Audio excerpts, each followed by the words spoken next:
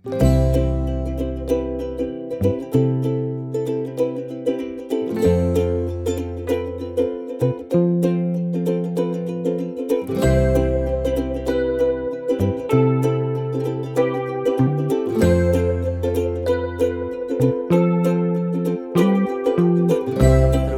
मैं पीके सिद्धांत स्वागत करता हूँ सभी का केमिस्ट्री बाय सिद्धांत सर पे। कैसे हैं बच्चों आप लोग? और सब ठीक है ना? चलिए, तो बच्चों सबसे पहले बात ये करते हैं कि जब हमें ग्राफ पढ़ना था तो ग्राफ में हमने कितनी सारी चीज़ें पढ़ी। तो ग्राफ में हमने सबसे पहले देखा नंबर ऑफ सिग्नल। उसके बाद फिर हमने देखा पोजीशन ऑफ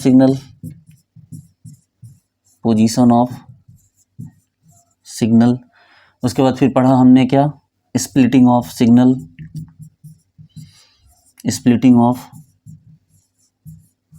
सिग्नल। इसके बाद हमने फिर पढ़ा केमिकल शिफ्ट। ठीक है, इसके बाद फिर मैंने क्या पढ़ा? फिर हमने पढ़ा आपको इंटेंसिटी ऑफ सिग्नल या सिग्नल इंटेंसिटी, यानी सिग्नल की स्ट्रेंथ। और लास्ट में आज हम क्या पढ़ने वाले हैं? आज हम पढ़ने वाले हैं कपलिंग कांस्टेंट। ठीक है, देखिए बच्चों, ये सारे टॉपिक में आज हमें जो करना है वो ये वाला टॉपिक आज हमें करना है, कपलिंग कांस्टेंट। तो एकदम ध्यान दीजिए, आज की क्लास बहुत इंपॉर्टेंट होने वाली है और ये सारे पॉइंट्स आपको बहुत अच्छी तरह समझ में आ जाएंगे। इसके साथ साथ जो पॉइंट्स मैंने अभी तक रोक रखे हैं वो भी पॉइंट्स आपको आज कंप्लीट हो जाएंगे। प्यारे बच्चों, अगर बात करते हैं कपलिंग कांस्टेंट की, तो कपलिंग कांस्टेंट क्या है? बेसिकली कपलिंग कांस्टेंट कुछ नहीं है बच्चों, ज़्यादा कुछ नहीं है। सपोज कीजिए, देखिए ये एक लड़का है, ठीक है, बहुत मेहनती है, क्लास का मतलब टॉपर स्टूडेंट है, बहुत अच्छे से पढ़ाई करता है। और एक दिन क्या हुआ कि इसी क्लास में आप भी पढ़ते हो, लेकिन आप लोगों में कोई ज़्यादा टच नहीं है, ठीक है, आप दोनों में कोई बहुत ज़्यादा फ्रेंडशिप नहीं है। लेकिन एक समय क्या हुआ कि इससे आपकी दोस्ती हो गई, ठीक है, और पता चला कि ये दोस्ती जब से हुई उसके बाद ये भी क्या करने लगा, इसको भी मूवीज अच्छी लगने लगी, ये भी क्या करना, क्लास बंक मारने लगा। मतलब आप जो भी करते थे, इनफैक्ट या ये जो भी करता था वो आप करने लगे। दोनों ने अपने जो प्रॉपर्टी थी उसको इंटरचेंज करने की कोशिश, एक दूसरे पे इफेक्ट डाला। सपोज करो ये बहुत पढ़ने वाला था, आप नहीं पढ़ाई करते थे, तो इसने, हालांकि उल्टा ही होगा क्योंकि आप पढ़ाई करते तभी तो यहाँ पहुँचे आप। तो मान लो आप बहुत पढ़ने वाले स्टूडेंट और ये क्या है, ये बोगस स्टूडेंट है, तो इससे दोस्ती जब होगी तो ये अपना इम्पैक्ट आपके ऊपर डालेगा, आपको भी बाकी चीज़ों में मज़ा आने लगेगा और आप भी अपना इम्पैक्ट इसके ऊपर डालोगे, इसे भी पढ़ने में थोड़ा थोड़ा मज़ा आने लगेगा। तो बस कपलिंग यही है कि एक ने अपनी मैग्नेटिक प्रॉपर्टी से दूसरे की मैग्नेटिक प्रॉपर्टी को क्या किया? डिस्टर्ब किया या डिस्ट्रैक्ट किया। और हमने क्या किया? हमने उसका एक कांस्टेंट वैल्यू निकाला कि किस एक्सटेंट में उस पर जो है उसकी मैग्नेटिक फील्ड को डिस्टर्ब किया। तो वही हमारा क्या हो गया? वही हमारा हो गया आपको क्या? Coupling constant. ठीक है, कपलिंग कांस्टेंट जो है बच्चों, ये इसकी यूनिट होती है हर्ट्ज। इसकी यूनिट क्या होती है कपलिंग कांस्टेंट की? हर्ट्ज। इसका मतलब ये है कि ये पर सेकेंड, ये साइकिल पर सेकेंड है। जो कपलिंग कांस्टेंट है बेसिकली ये क्या है? साइकिल पर सेकेंड है, यानी कि ये हर्ट्ज है। चलिए, तो बात करो बच्चों कि कपलिंग कांस्टेंट क्या है। जैसे ये रहा कार्बन, ये रहा कार्बन, ये रहा हाइड्रोजन, ये रहा हाइड्रोजन। आपको जैसे कि पता है बच्चों कि ये अगर हाइड्रोजन है इस तरह से, तो ये हाइड्रोजन मान लो अगर ये HA है और ये हाइड्रोजन क्या हो गया? HB है, तो ये क्या करेगा? ये अपने मैग्नेटिक फील्ड से इसके मैग्नेटिक, इस वाले हाइड्रोजन के मैग्नेटिक फील्ड पर क्या करेगा? असर डालेगा। आप बोलेंगे हाँ सर ये तो हमने पढ़ा सर, इसी की वजह से स्प्लिटिंग हुई। मैंने बोला एग्जैक्टली, और स्प्लिटिंग का ही चचेरा भाई कपलिंग कांस्टेंट है, क्योंकि स्प्लिटिंग नहीं तो कपलिंग कांस्टेंट नहीं। ठीक है, अगर स्प्लिटिंग नहीं हुई तो कपलिंग भी नहीं होगी, कपलिंग कांस्टेंट भी नहीं होगी। आप बोलोगे सर हमने तो 3 चीजें पढ़ी सर स्प्लिटिंग से रिगार्डेड, हमने तो 3 चीज़ें पढ़ी, आप क्या क्या बताओगे? मतलब क्या क्या पढ़ी? सर पहले तुमने ये पढ़ा कि जैसे कोई हमारे पास इस तरह से CH4 है, ठीक है, एक ही कार्बन पे हाइड्रोजन है, तो ये भाई किसी से मतलब ये किसी से क्या हो रहा है? ये स्प्लिट ही नहीं हो रहा है, ये क्या हो रहा है? स्प्लिट हो ही नहीं रहा। मैंने बोला चलो ठीक है। एक दूसरा क्या पढ़ा? दूसरा आपने बोला कि सर हमने पढ़ा एक कार्बन है, हाइड्रोजन है, ये अलग अलग होने चाहिए, तो क्या करते थे? ये इसकी वजह से ये स्प्लिट होता है, इसकी वजह से ये स्प्लिट होता है। मैंने बोला ठीक है, और क्या क्या पढ़ा? सर इसी में जो भी 2-3 केस पढ़े अलग था, फिर हमने लेकिन जो भी लिया नियर वाले को ही लिया सर। ये थर्ड केस भी हमने जब लिया था, ठीक है, तो ये भी क्या था? नियर बाय का ही केस था। मैंने बोला ठीक है, कपलिंग थोड़ा इससे एक स्टेप आगे जाएगी, कपलिंग जो है क्या जाएगी? इससे एक स्टेप आगे तक जाएगी। जैसे कि बच्चों सपोज कीजिए कि कपलिंग कहाँ कहाँ होगी। मान लो ये कार्बन है, ये हाइड्रोजन है, ये हाइड्रोजन है, ठीक है, तो यहाँ कपलिंग हो जाएगी। ये हाइड्रोजन इस हाइड्रोजन को क्या करेगा, इस हाइड्रोजन के साथ ये क्या करेगा, कपल करेगा। तो ये कहने का मतलब ये है कि ये हाइड्रोजन, हाँ लेकिन ध्यान देने वाली बात है, दोनों अलग अलग हाइड्रोजन होने चाहिए। ये हाइड्रोजन क्या होने चाहिए, अलग अलग। सर कैसे अलग होता है, डायस्ट्रोटॉपिक हाइड्रोजन होगा, डिफरेंट सिग्नल बनाने वाले डायस्ट्रोटॉपिक हाइड्रोजन होंगे, तो ये हाइड्रोजन क्या करेगा, इस हाइड्रोजन पे इंपैक्ट डाल सकता है, ठीक है। तो इसके लिए कपलिंग कांस्टेंट जिसको लिखा जाता है, किससे डिनोट किया जाता है, जे से, वो जे वैल्यू यहाँ पर आएगा, यानी कि इक्वल टू 0 की बात नहीं होगी, ठीक है। ध्यान देने वाली बात है बच्चों कि ये कपलिंग क्या कहलाएगी, बोला जाएगा सर यहाँ पर, यहाँ 1 है सर, ठीक है, यहां से आपको यहां आ गया तो यहां से नंबर 2 हो गया, यानी कि बीच में 2 बॉन्ड का डिस्टेंस है, इसको कहा गया 2J कपलिंग। क्या कहा गया इसको, 2J कपलिंग। सर यहां पर कार्बन है, ये हाइड्रोजन है सर, ये कार्बन है, ये हाइड्रोजन है, तो इस तरह से क्या होगा, अगर ये कपल करता तो इसको क्या कहते हैं, इसको हम लोग बोलते हैं 1J कपलिंग। क्या बोलते हैं इसको बोलते हैं 1J कपलिंग। क्या बोलेंगे बच्चों इसको बोलेंगे 1J कपलिंग। सर जैसे कि ये कार्बन है सर, आपके पास ये हाइड्रोजन है, ये हाइड्रोजन है, सपोज कीजिए हाइड्रोजन ए है, ये हाइड्रोजन बी है, ये इस डिस्टेंस से इस पे क्या कर रहा है, इफेक्ट डाल रहा है। तो गौर से देखिए बीच में कितने बॉन्ड का डिस्टेंस है, 3 बॉन्ड का, तो इसको कहा गया सर 3J कपलिंग। नोट कुछ मत करना, कुछ नोट नहीं करना, बस मैं आपको बता रहा हूं, मैं बात कर रहा हूं। ये कौन सी कपलिंग है, तो ये आपको 3J कपलिंग है। कौन सी कपलिंग है बच्चों, तो ये आपको 3J कपलिंग है।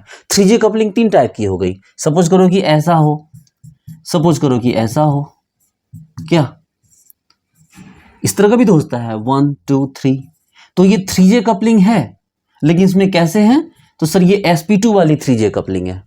3J कपलिंग एक और हो जाएगी, ठीक है, कि sp2 है लेकिन साथ में साथ क्या था ये, तो ये आपको सिस था, लेकिन एक अभी और पॉसिबल है, यहां से ऐसे हो जाए, ये मान लो R लगा दिए, यार कुछ भी लगे उससे कोई मतलब नहीं हमें, हालांकि डिफरेंट तो होने ही चाहिए, डिफरेंट नहीं हो तो पता चलेगा हाइड्रोजन ही सेम हो जाना है। तो हमने क्या बोला, देखो ये HA है, ये HB है, यहां भी 3J कपलिंग हो रही है। गौर से देखिए 1 2 3, यहां भी 3J कपलिंग हो रही है, लेकिन ये जो 3J कपलिंग हो रही है बच्चों, ये क्या हो रही है, sp2 हो रही है, साथ में क्या हो रही है आपको, ट्रांस हो रही है। और होगी, हाँ सर और बिल्कुल होगी। जैसे कि ये 3 करने के बाद अब बारी इसकी आएगी, ये वाला देखो, यहां 1 2 3 एंड 4, यानी कि यहां से ये इस पर इंपैक्ट डालेगा, तो इसको क्या कहा जाएगा सर, 4 पोजीशन तक कपलिंग होती है, इसको क्या कहा जाएगा, इसको कहा जाएगा 4J कपलिंग। तो बच्चों कई पोजीशन तक कपलिंग हो सकती है, ठीक है, आपको चीजों को पहले समझना है नोट करने से पहले। देखिए हमारे पास एक स्ट्रक्चर है, ठीक है, हमारे पास एक स्ट्रक्चर है, जैसे कि मैं आपको बताऊं एक बात,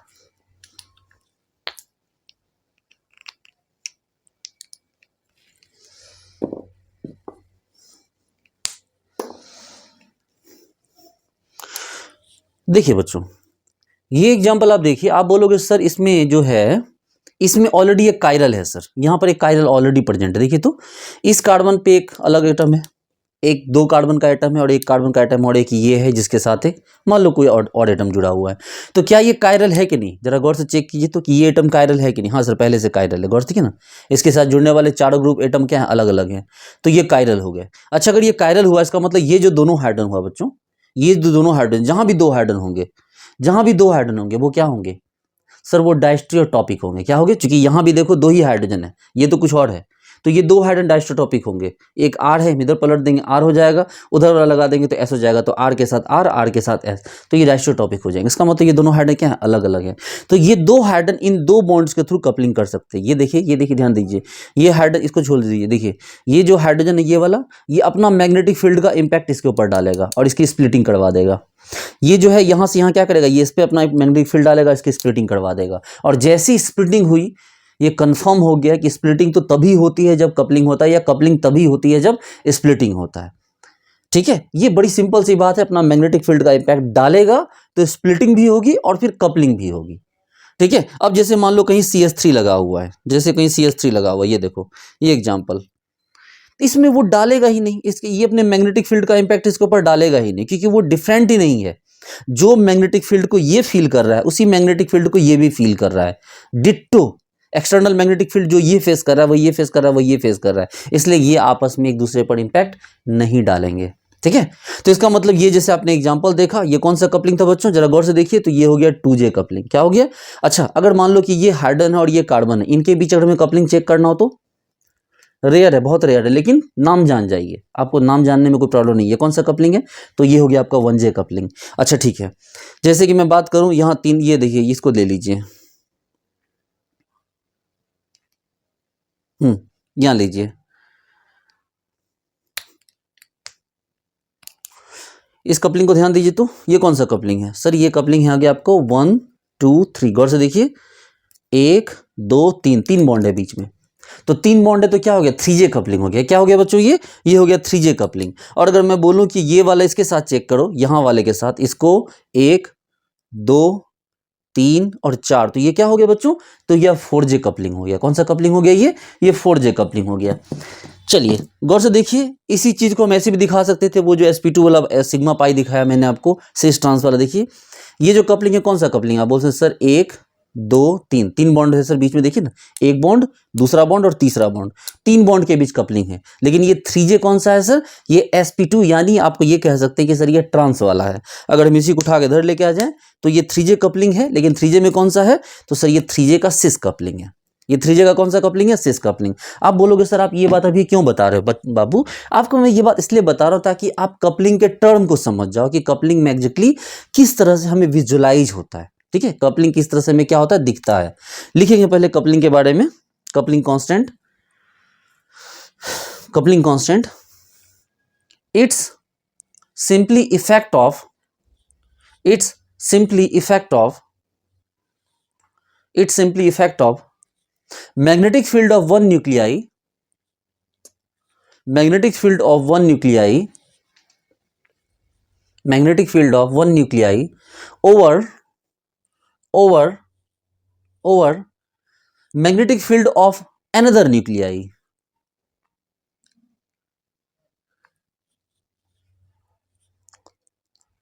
and these both nuclei, and these both nuclei are must be chemically non equivalent, must be chemically non equivalent, कि ये आपस में क्या होने चाहिए?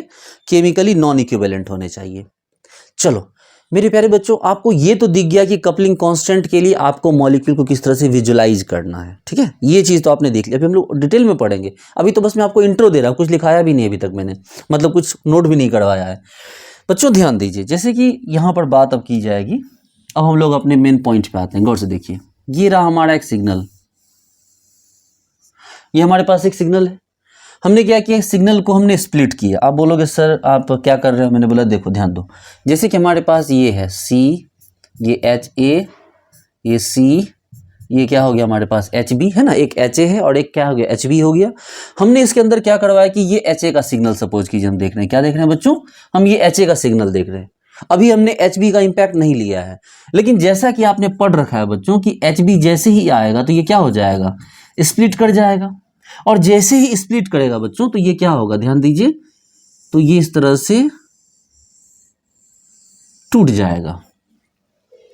लेकिन ये फिगर से आपको ज़्यादा अच्छा लगेगा फिगर, हालांकि फिगर तो यही सही है, लेकिन इस फिगर को मैं इससे बनाता हूं ताकि आपको थोड़ा सा और ज़्यादा अच्छे से लगा ये देखने में।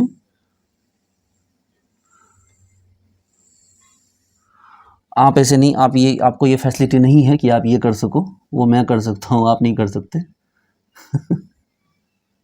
हाँ, लेकिन पेन से आपको, जब आप पेन से करोगे तो आपको ये करने की जरूरत भी नहीं पड़ेगी, वो ऑटोमेटिक हो जाएगा। आप बोलोगे सर इसमें ऐसा क्या है जिसमें नहीं है, उसमें ऐसा क्या है? बच्चों देखो ध्यान दो, इसमें है ऐसा, इसमें कुछ है ऐसा जो मैं इसमें नहीं दिखला पा रहा था। क्या भाई? तो देखिए, जैसे कि बच्चों आपको पता है कि यहाँ पे कौन सा वैल्यू है? डेल्टा नॉट वैल्यू है ना? तो उसी तरह से यहाँ गौर से देखिए, इसको मिटाई दे दें, ये वाले हटा दीजिए। मैंने क्या बोला? गौर से देखिए, यहाँ पर आपके पास जो वैल्यू है वो क्या हो गया बच्चों? तो यहाँ पर आपके पास जो वैल्यू है डेल्टा नॉट है। और आपको ये पढ़ चुके हैं पिछले क्लास में कि यहाँ जो वैल्यू है वो क्या हो गया? डेल्टा 1 यानी हायर वैल्यू। और यहाँ जो वैल्यू है वो क्या है बच्चों? तो ये है आपको डेल्टा 2। ठीक है, एक तरफ आपके पास क्या आ गया? डेल्टा 1, एक तरफ आपके पास क्या हो गया? डेल्टा 2। अब इसी को थोड़ा सा सिकोड़ दीजिए ना, क्या दिक्कत है? ये थोड़ा सा और जूम कीजिए, जूम कीजिए, अब आपको देखिए समझ में आएगी चीजें। बच्चों को पता है ये जो वैल्यू है बेसिकली यहाँ से यहाँ का जो डिस्टेंस है यही है आपका कपलिंग कांस्टेंट जे। ठीक है, यही जो डिस्टेंस है क्या हो गया, यही डिस्टेंस आपका कपलिंग कांस्टेंट क्या हो गया, जे हो गया। आप इसको ऐसे देखिए या इसी को क्या कीजिए, इसको जूम आउट करके देखिए तो फिर आपको ये चीजें ज्यादा अच्छी तरह समझ में आ लेगी किस तरह से। अब आपको देखिए, आपको मोटी मोटी बात समझ में आ गई। आप बोलोगे ठीक है सर क्या यही एग्जाम्पल है, नहीं नहीं ऐसा नहीं है, एग्जाम्पल्स और भी हैं। सपोज करो कि ये एक और आपका सिंगलेट है, ठीक है, यहाँ पे क्या हो गया भाई, डिल नॉट। इस बार क्या किया मैंने, ये एग्जाम्पल नहीं लिया, इस बार मैंने एग्जाम्पल ऐसा लिया है कुछ सी एच और यहाँ पर मान लो कि ये क्या हो गया आपको एच ए और ये मान लो क्या है आपके पास एच बी है।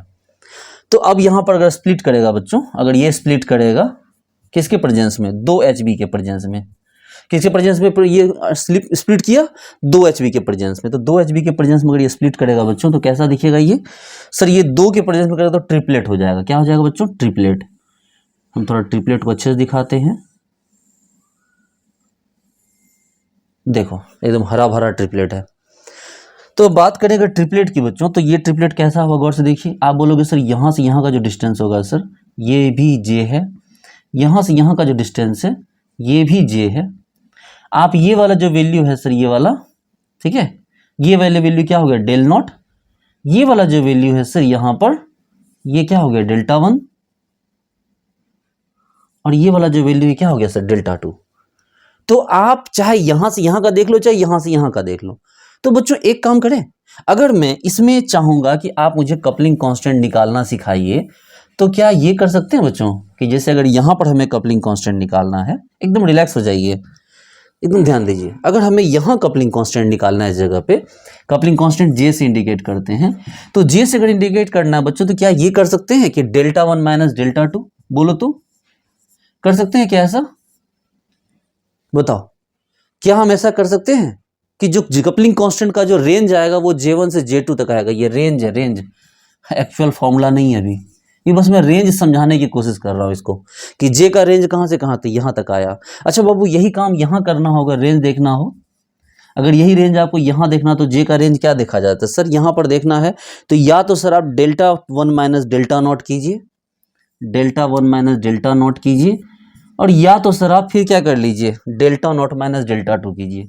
इसलिए बच्चों इसका कोई एग्जैक्ट फॉर्मूला नहीं है, ये आपको देख के समझना पड़ता है, ठीक है, कि या तो आप क्या कीजिए डेल्टा 1 माइनस डेल्टा, देखिए डेल्टा 1 माइनस यही जो बच्चों यही तो डिस्टेंस चाहिए हमें, यही तो डिस्टेंस चाहिए। लेकिन क्या डिस्टेंस से फॉर्मूला निकल जाएगा, नहीं डिस्टेंस से फॉर्मूला नहीं निकल रहा है, इसके पीछे एक कॉन्सेप्ट है, आपको कपलिंग कांस्टेंट जे का टर्म समझना होगा कि कपलिंग कांस्टेंट को कैसे समझा जाता है, ठीक है। मैं आपको एक लाइन बता दूं तो आपको 1 सेकंड में समझ में आ जाएगा कि ये जो आपको है ये किस में है, तो ये पार्ट पर मिलियन में किस में है, ये जो निकला बच्चों केमिकल शिफ्ट ये किस में निकला, आपको पार्ट पर मिलियन में। तो पार्ट पर मिलियन को अगर किसे करेंगे म्यू से, यानी कि मशीन की फ्रीक्वेंसी से मल्टीप्लाई कर दें, वो मेगा हर्ट्ज में होता है, तो ये ऑटोमेटिकली क्या आ जाएगा हर्ट्ज आ जाएगा आंसर। फिलहाल आप समझ लीजिए, अभी समझा रहा हूं मैं आपको, लिखने के लिए सिर्फ ये कि हमने क्या बोला बच्चों कि इसमें हमने फ्रीक्वेंसी से मल्टीप्लाई कर दिया मशीन की फ्रीक्वेंसी, तो जो भी आएगा जो भी आंसर आएगा वो किस में आएगा हर्ट्ज में आएगा। इसी को निकालने का तरीका दूसरा क्या है, delta not minus delta 2 into क्या किया म्यू, जो भी आया आंसर किस में आया हर्ट्ज में आया, ठीक है। एक काम कीजिए बच्चों, पहले जरा इसको नोट कीजिए फिर हम लोग आगे चलते हैं। वो रेंज वाला रेंज जो है ना उसका फॉर्मूला थोड़ा समझना होगा आपको, पहले इसको नोट कर लीजिए।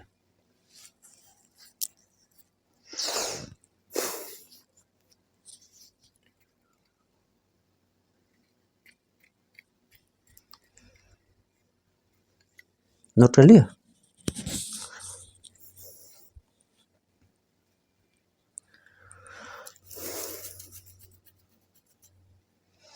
ठीक है, रिलैक्स हो जाइए, एकदम ध्यान दीजिए बच्चों।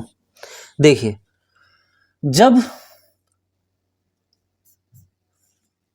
जब आपके पास नॉन इक्विवेलेंट प्रोटॉन होंगे बच्चों, वो भी क्या नियर बाय वाले, दूर वाले ज्यादा दूर वाले नियर, आपको क्या हो गया नॉन इक्विवेलेंट प्रोटॉन, उसमें भी काफी कॉन्सेप्ट है। मैं एक लाइन में बोलता हूं, नॉन इक्विवेलेंट प्रोटॉन अगर आपके पास हैं तो स्प्लिटिंग होगी, बोलो हाँ, स्प्लिटिंग होगी तो कपलिंग होगी, कपलिंग होगी तो कपलिंग कांस्टेंट आएगा। ये एक फैक्ट है। आपके पास नॉन इक्विवेलेंट प्रोटॉन होंगे तभी स्प्लिटिंग होगी, तभी कपलिंग होगी, तभी कपलिंग कांस्टेंट आएगा। अगर नॉन इक्विवेलेंट प्रोटॉन नहीं है तो ना तो स्प्लिटिंग होगी ना तो कपलिंग आएगा। ठीक है, ना तो कपलिंग आएगा ना ही क्या होगा, कपलिंग कांस्टेंट का वैल्यू आएगा।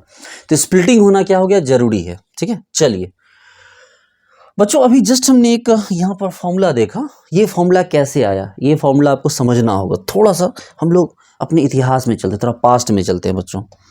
देखिए, हमने बोला बच्चों कि ये रहा आपका 300 मेगाहर्ट्ज का मशीन, ये रहा आपका 500 मेगाहर्ट्ज का मशीन, ये रहा आपका 900 मेगाहर्ट्ज का मशीन। ठीक है, देखिए बच्चों एकदम रिलैक्स हो जाइए। हमने एक सिग्नल बनाने की तैयारी की, हमने एक सिग्नल बनाने की तैयारी की। ठीक है, हमने बोला कि देखो, जैसे कि एक कोई केमिकल लिया, सपोज करो हमने एक केमिकल लिया CH3 CH2 और ये लिया हमने क्या, मान लो आपको कितना, फ्लोरीन ले लिया। ठीक है, या वो भी नहीं लेंगे, फालतू में स्ट्रक्चर लंबा करना पड़ जाएगा। एक छोटा एग्जांपल लेते हैं, CH3 CH2 CH3। आपको देख के पता चल रहा है कि हाँ सर, यहाँ जो 6 हाइड्रोजन है सर, 6 हाइड्रोजन जो हमारे पास है, उनका केमिकल शिफ्ट कितना है सर, तो उनका केमिकल शिफ्ट है आपको कितना, 0.9 ppm। और सर जो आपके पास 2 हाइड्रोजन है सर, उसका केमिकल शिफ्ट कितना है सर, तो 3 3 6, उससे मतलब नहीं है, ये है हमारे पास 1.3 ppm। एक लाइन में समझ गया आप बात को। अब इस चीज को हम 300 मेगाहर्ट्ज की मशीन में देखेंगे। प्यारे बच्चों एकदम ध्यान दीजिए, इसको हम किस में देख रहे हैं, इसको हम देख रहे हैं 300 मेगाहर्ट्ज की मशीन में। जब इस चीज को आप 300 मेगाहर्ट्ज की मशीन में देखेंगे तो 0 ppm पे तो TMS आएगा ही, इसमें तो कोई शक की बात नहीं है कि 0 ppm पे तो क्या होना, TTS आना ही है, TMS आना ही है। लेकिन इसमें जब आप बात करेंगे 0.9 मेगाहर्ट्ज की, मतलब 0.9 ppm की बात करेंगे बच्चों, किसकी बात करेंगे आप, 0.9 ppm की बात करेंगे, तो 0.9 ppm का मतलब क्या होगा, आप समझ रहे हैं। यहां होता यह है कि आप जितना, आपका कितना मेगाहर्ट्ज है, 300 मेगाहर्ट्ज है। एकदम ध्यान दीजिए, एकदम रिलैक्स हो जाइए। आपकी मशीन है 300 मेगाहर्ट्ज, इसका मतलब है कि आपकी मशीन जब 300 हर्ट्ज टाइम वो सैंपल घूमेगा, जब वो 300 हर्ट्ज घूमेगा तब जाके कितना होगा, वो 1 ppm के बराबर होगा। यानी कि यहां जब 1 ppm आएगा बच्चों, ये जो 1 ppm होगा, एकदम ध्यान दीजिए, जब ये 1 ppm आएगा, इसका मतलब आपका जो सैंपल है वो कितना, ये देखिए, ये यहां से यहां तक आपको 300 मेगाहर्ट्ज तक घूम चुका। एकदम ध्यान दीजिए, एकदम, ये बात कोई नहीं बताएगा आपको। मशीन जब 300 मेगाहर्ट्ज घूम चुका, 300 मेगाहर्ट्ज मतलब 300 गुना 10 पे पावर 6 हर्ट्ज, 300 हर्ट्ज है, उसमें मेगा हर्ट्ज बनाना तो क्या, 10 से पावर 6 से आपको क्या करना होगा, यानी 10 लाख से आपको क्या करना होगा, मल्टीप्लाई करना होगा। इसका मतलब है कि वो वहां तक, 0 तक पहुंचने के लिए मशीन उतना बार घूम चुका है पर सेकंड के हिसाब से। अब उसके आगे जब वो घूमेगा तो सिग्नल देना स्टार्ट कर देगा। मेरी बात समझो, सपोज करो कि आप एक कॉलेज में पढ़ते हैं। ठीक है, आप क्या कर रहे हैं कि मान लिया आप क्या कर रहे हैं, आप एक कॉलेज में पढ़ रहे हैं, ये एक आपका कॉलेज है। ध्यान दीजिए, ये कोई केमिस्ट्री वाला नहीं बता सकता, ये वही बताएगा जिसने मशीन को समझा है। और आप समझिए, क्योंकि आपको समझना जरूरी है। देखिए, ये मान लो आपका कॉलेज है और ये आपका कॉलेज है बहुत छोटा सा, मतलब दिख रहा है बहुत छोटा सा, है बहुत बड़ा सा। ये मान लो कॉलेज है, दिख रहा है, हाँ सर कॉलेज दिख रहा है सर। और ये कॉलेज आपके घर से है लगभग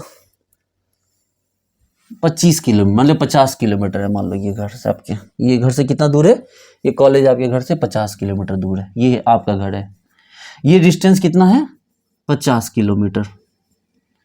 तो 50 किलोमीटर दूर जब आप कॉलेज गए, सबसे पहले मान लो जब आप कॉलेज जाना, आप 50 किलोमीटर की दूरी तय करके आप कहां पहुंचे, कॉलेज पहुंचे। और जैसे ही कॉलेज गेट पे पहुंचे, आपने बोला हाँ भैया कॉलेज पहुंच गया मैं, कॉलेज में आपकी अटेंडेंस लगनी तय हो गई। तो जैसे ही आप कॉलेज घुसते हैं, वहां पर TMS से आपका सामना हुआ, यानी कॉलेज का जो गार्ड था उससे आपका सामना हुआ। आपने बोला भैया मेरा रजिस्टर मेंटेन कर लो, 0 ppm हो चुका है, रिएक्शन शुरू हो चुका है, मैं पहुंच चुका हूं।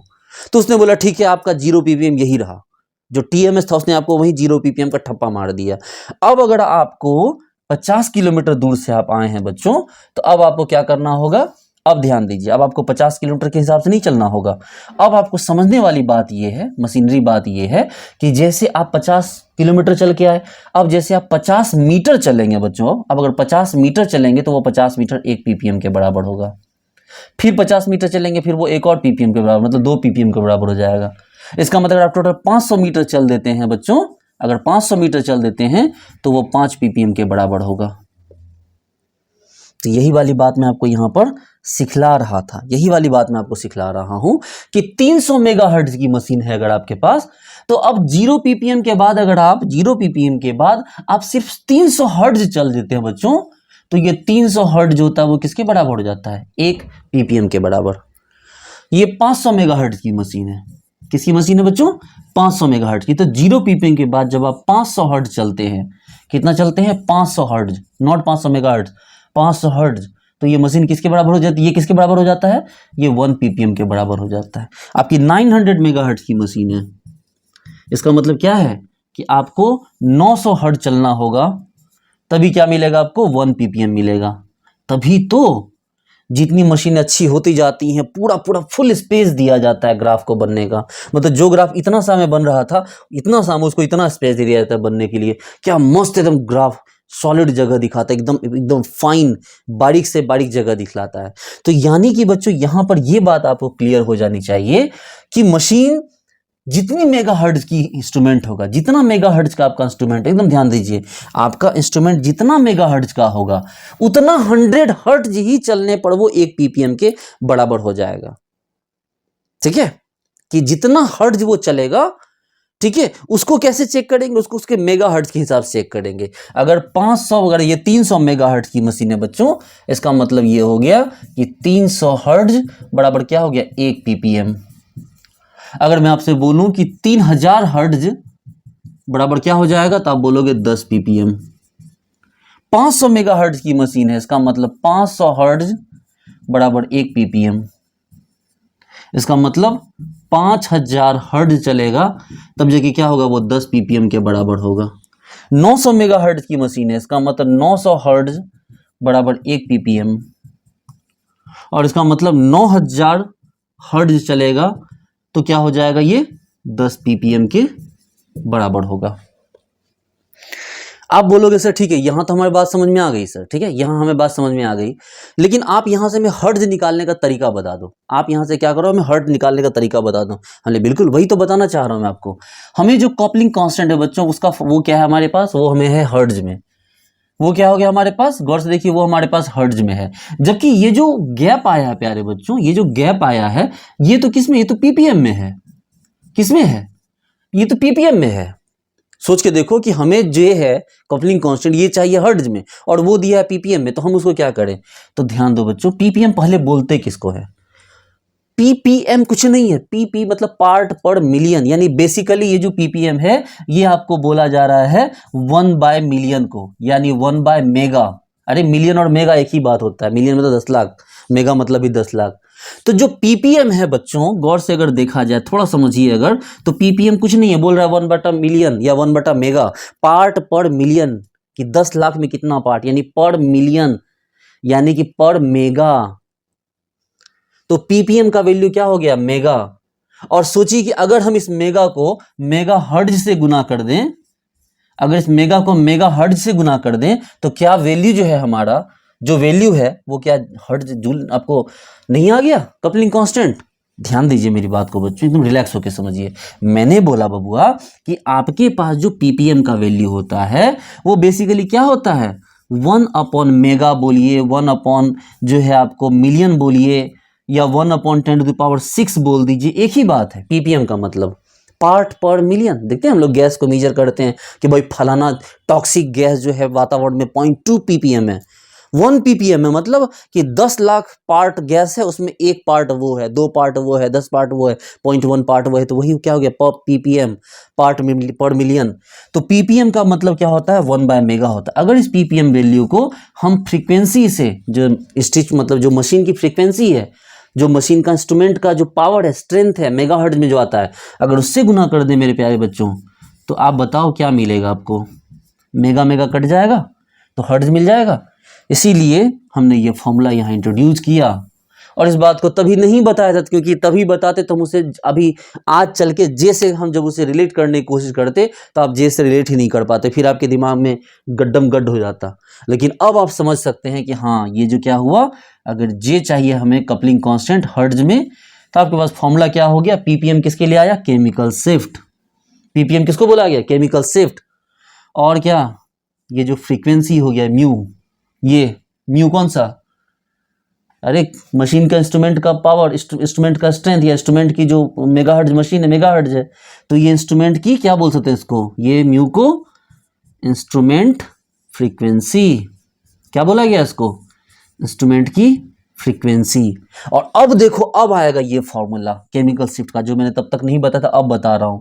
केमिकल शिफ्ट अगर आपको पूछे जे बाय म्यू कर दो। अगर ये बात मैं आपको तब बताता chemical shift is equal to J by mu, तो आप बोलते जे क्या है सर, फिर मैं आपको समझाता रह जाता, क्योंकि मैं उसमें केमिकल शिफ्ट आपको जे पढ़ा नहीं पाता तो आपको रटवाना पड़ता। लेकिन अब आपको ये बात समझ में आ रही है कि हाँ sir delta is equal to J by mu है, जहाँ जे क्या है सर, तो जे आपका हो गया क्या, कपलिंग कांस्टेंट। क्या हो गया जी, कपलिंग कांस्टेंट। और म्यू क्या हो गया, तो म्यू हो गया आपका क्या, इंस्ट्रूमेंट फ्रीक्वेंसी, इंस्ट्रूमेंट फ्रीक्वेंसी, ठीक है, या इंस्ट्रूमेंट स्ट्रेंथ। और लिम्डा क्या हो गया, तो लिम्डा हो गया आपको केमिकल शिफ्ट। तो बेसिकली आपके पास जे का फॉर्मूला क्या हो गया, जे इज इक्वल टू, देखिए एक लाइन में समझिए, जे इज इक्वल टू क्या हो गया, डेल्टा इंटू म्यू, यही है ना, नोट कर लीजिए इसको, लिखा भी दे रहा हूं मैं एक लाइन इसे, वीडियो पॉज कीजिए, पॉज करके नोट कीजिए।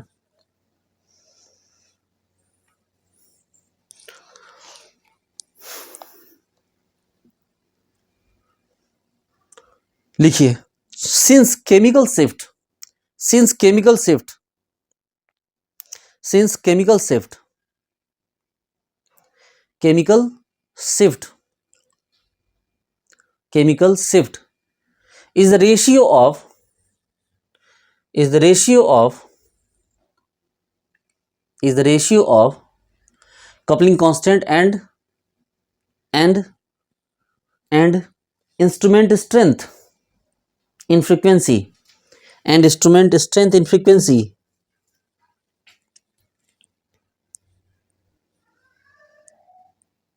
and it satisfy their units।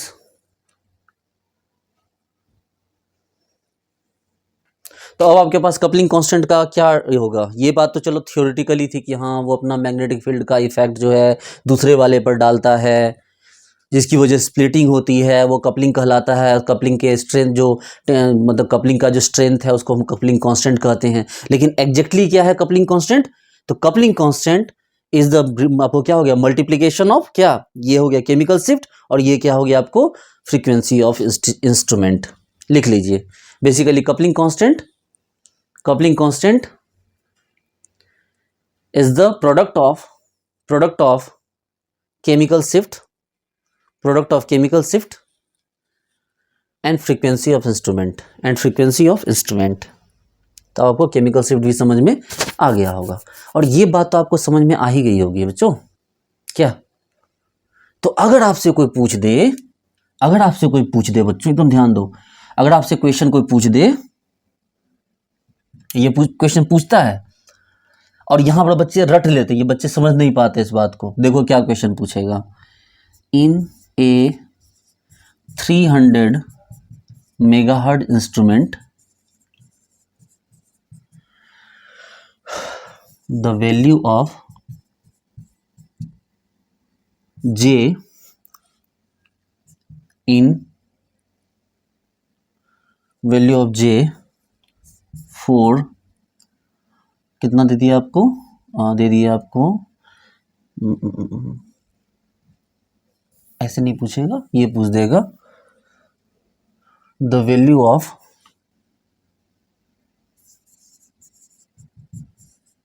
chemical shift 2.3 and 1.2 in hertz। अब देखिए क्या बोला, बोला इन 300 megahertz instrument the value of chemical shift 2.3 and 1.2 in hertz. अब ये सेम सवाल जो है इसको यहाँ भी पूछ सकता है, थोड़ा बहुत बदल देगा, थोड़ा सा बदल के उसको यहाँ भी पूछ देगा, फिर और क्या करेगा, थोड़ा सा और बदल देगा, इसको यहाँ पूछ देगा। हाँ, उसके डाटा बदल देगा वो। कंपाउंड कुछ भी नहीं है, आपको पता भी नहीं चल रहा कि कौन से कंपाउंड की बात कर रहा है, क्योंकि वो किसी कंपाउंड की बात नहीं कर रहा है, वो इसके बारे में जानना चाहता है। आप क्या करोगे, आप बोलोगे, आप कंपाउंड ढूंढोगे, कहाँ गया कंपाउंड, कहाँ गया कंपाउंड, कौन सा कंपाउंड। क्या यहाँ कोई कंपाउंड दिखाई दे रहा है आपको? कोई कंपाउंड नहीं है यहाँ पर। आपको यहाँ पर सिंपली ये सोचना है, एकदम रिलैक्स हो जाइए, आपको यहाँ सिंपली ये सोचना है कि चूंकि 300 मेगाहर्ट्ज की मशीन है, इसीलिए 1 ppm इज इक्वल टू क्या हो गया, 300 हर्ट्ज, इसीलिए 2.3 ppm कितना हो गया, 2.3 इंटू 300 हर्ट्ज। सिंपल हो गया, ठीक है। और इसी को क्या कर सकता है, इसी को ऐसे भी दे देगा, ये देखिए इसमें प्लस क्या करेगा, 10⁶ जोड़ देगा। ये क्या करेगा, इसमें आपको देखिए, इसमें क्या करेगा, एक चालाकी क्या करेगा इस सवाल में, इसमें ये जोड़ देगा। जैसे 300 मेगाहर्ट्ज है ना, तो वो क्या कर देगा, 300 मेगाहर्ट्ज यहां प्लस कर देगा, प्लस 300 मेगाहर्ट्ज, ताकि वो आपको ये बता सके कि 300 मेगाहर्ट्ज तक तो आते आते आपका 0 ppm हुआ। रिलैक्स हो जाइए, 300 मेगाहर्ट्ज तो आते आते आपको मैंने बोला ना कि कॉलेज से 50 किलोमीटर दूर आने पे तो आपको 0 ppm से मुलाकात हुई। जब आपने कॉलेज की गेट पे एंट्री लिया, हो सकता है कि वो इसको भी जोड़ दे, 300 मेगाहर्ट्ज को भी जोड़ दे, है ना। वो क्या करता है, 300 मेगाहर्ट्ज को भी जोड़ देगा, उसमें कोई दिक्कत नहीं। आप बोलेगा हाँ सर 300 मेगाहर्ट्ज तक तो वो चलेगा ही। पहले उसको कोई भी मशीन है, अगर मान लो 300 मेगाहर्ट्ज की मशीन है, तो उसे 0 ppm देने से पहले 300 मेगाहर्ट्ज टाइम घूमना होगा। अगर 500 मेगाहर्ट्ज की मशीन है, उसको पहला पीक टीएमएस पे देने से पहले उसको 500 मेगाहर्ट्ज टाइम घूमना होगा। अगर कोई 900 मेगाहर्ट्ज की मशीन है, तो उसको 0 ppm आने से पहले 900 मेगाहर्ट्ज टाइम घूमना होगा। उसके बाद अगर 1 ppm की बात की जाएगी, तो 300 मेगाहर्ट्ज की मशीन में एडिशनल होगा 300 हर्ट्ज, 500 मेगाहर्ट्ज की मशीन में एडिशन होगा 500 हर्ट्ज, 900 मेगाहर्ट्ज की मशीन में ऐड होगा 900 हर्ट्ज, और वो भी पर पीपीएम के हिसाब से। अगर 2.3 ppm दे दिया तो 2.3 इंटू 300 कर दो, प्लस 300 मेगाहर्ट्ज। सेम सवाल इसमें पूछ दिया, लेकिन अब 300 ना देके क्या दे दिया बच्चों, अब 300 ना देके दे दिया 500 मेगाहर्ट्ज। ये इसकी बात कर रहा है।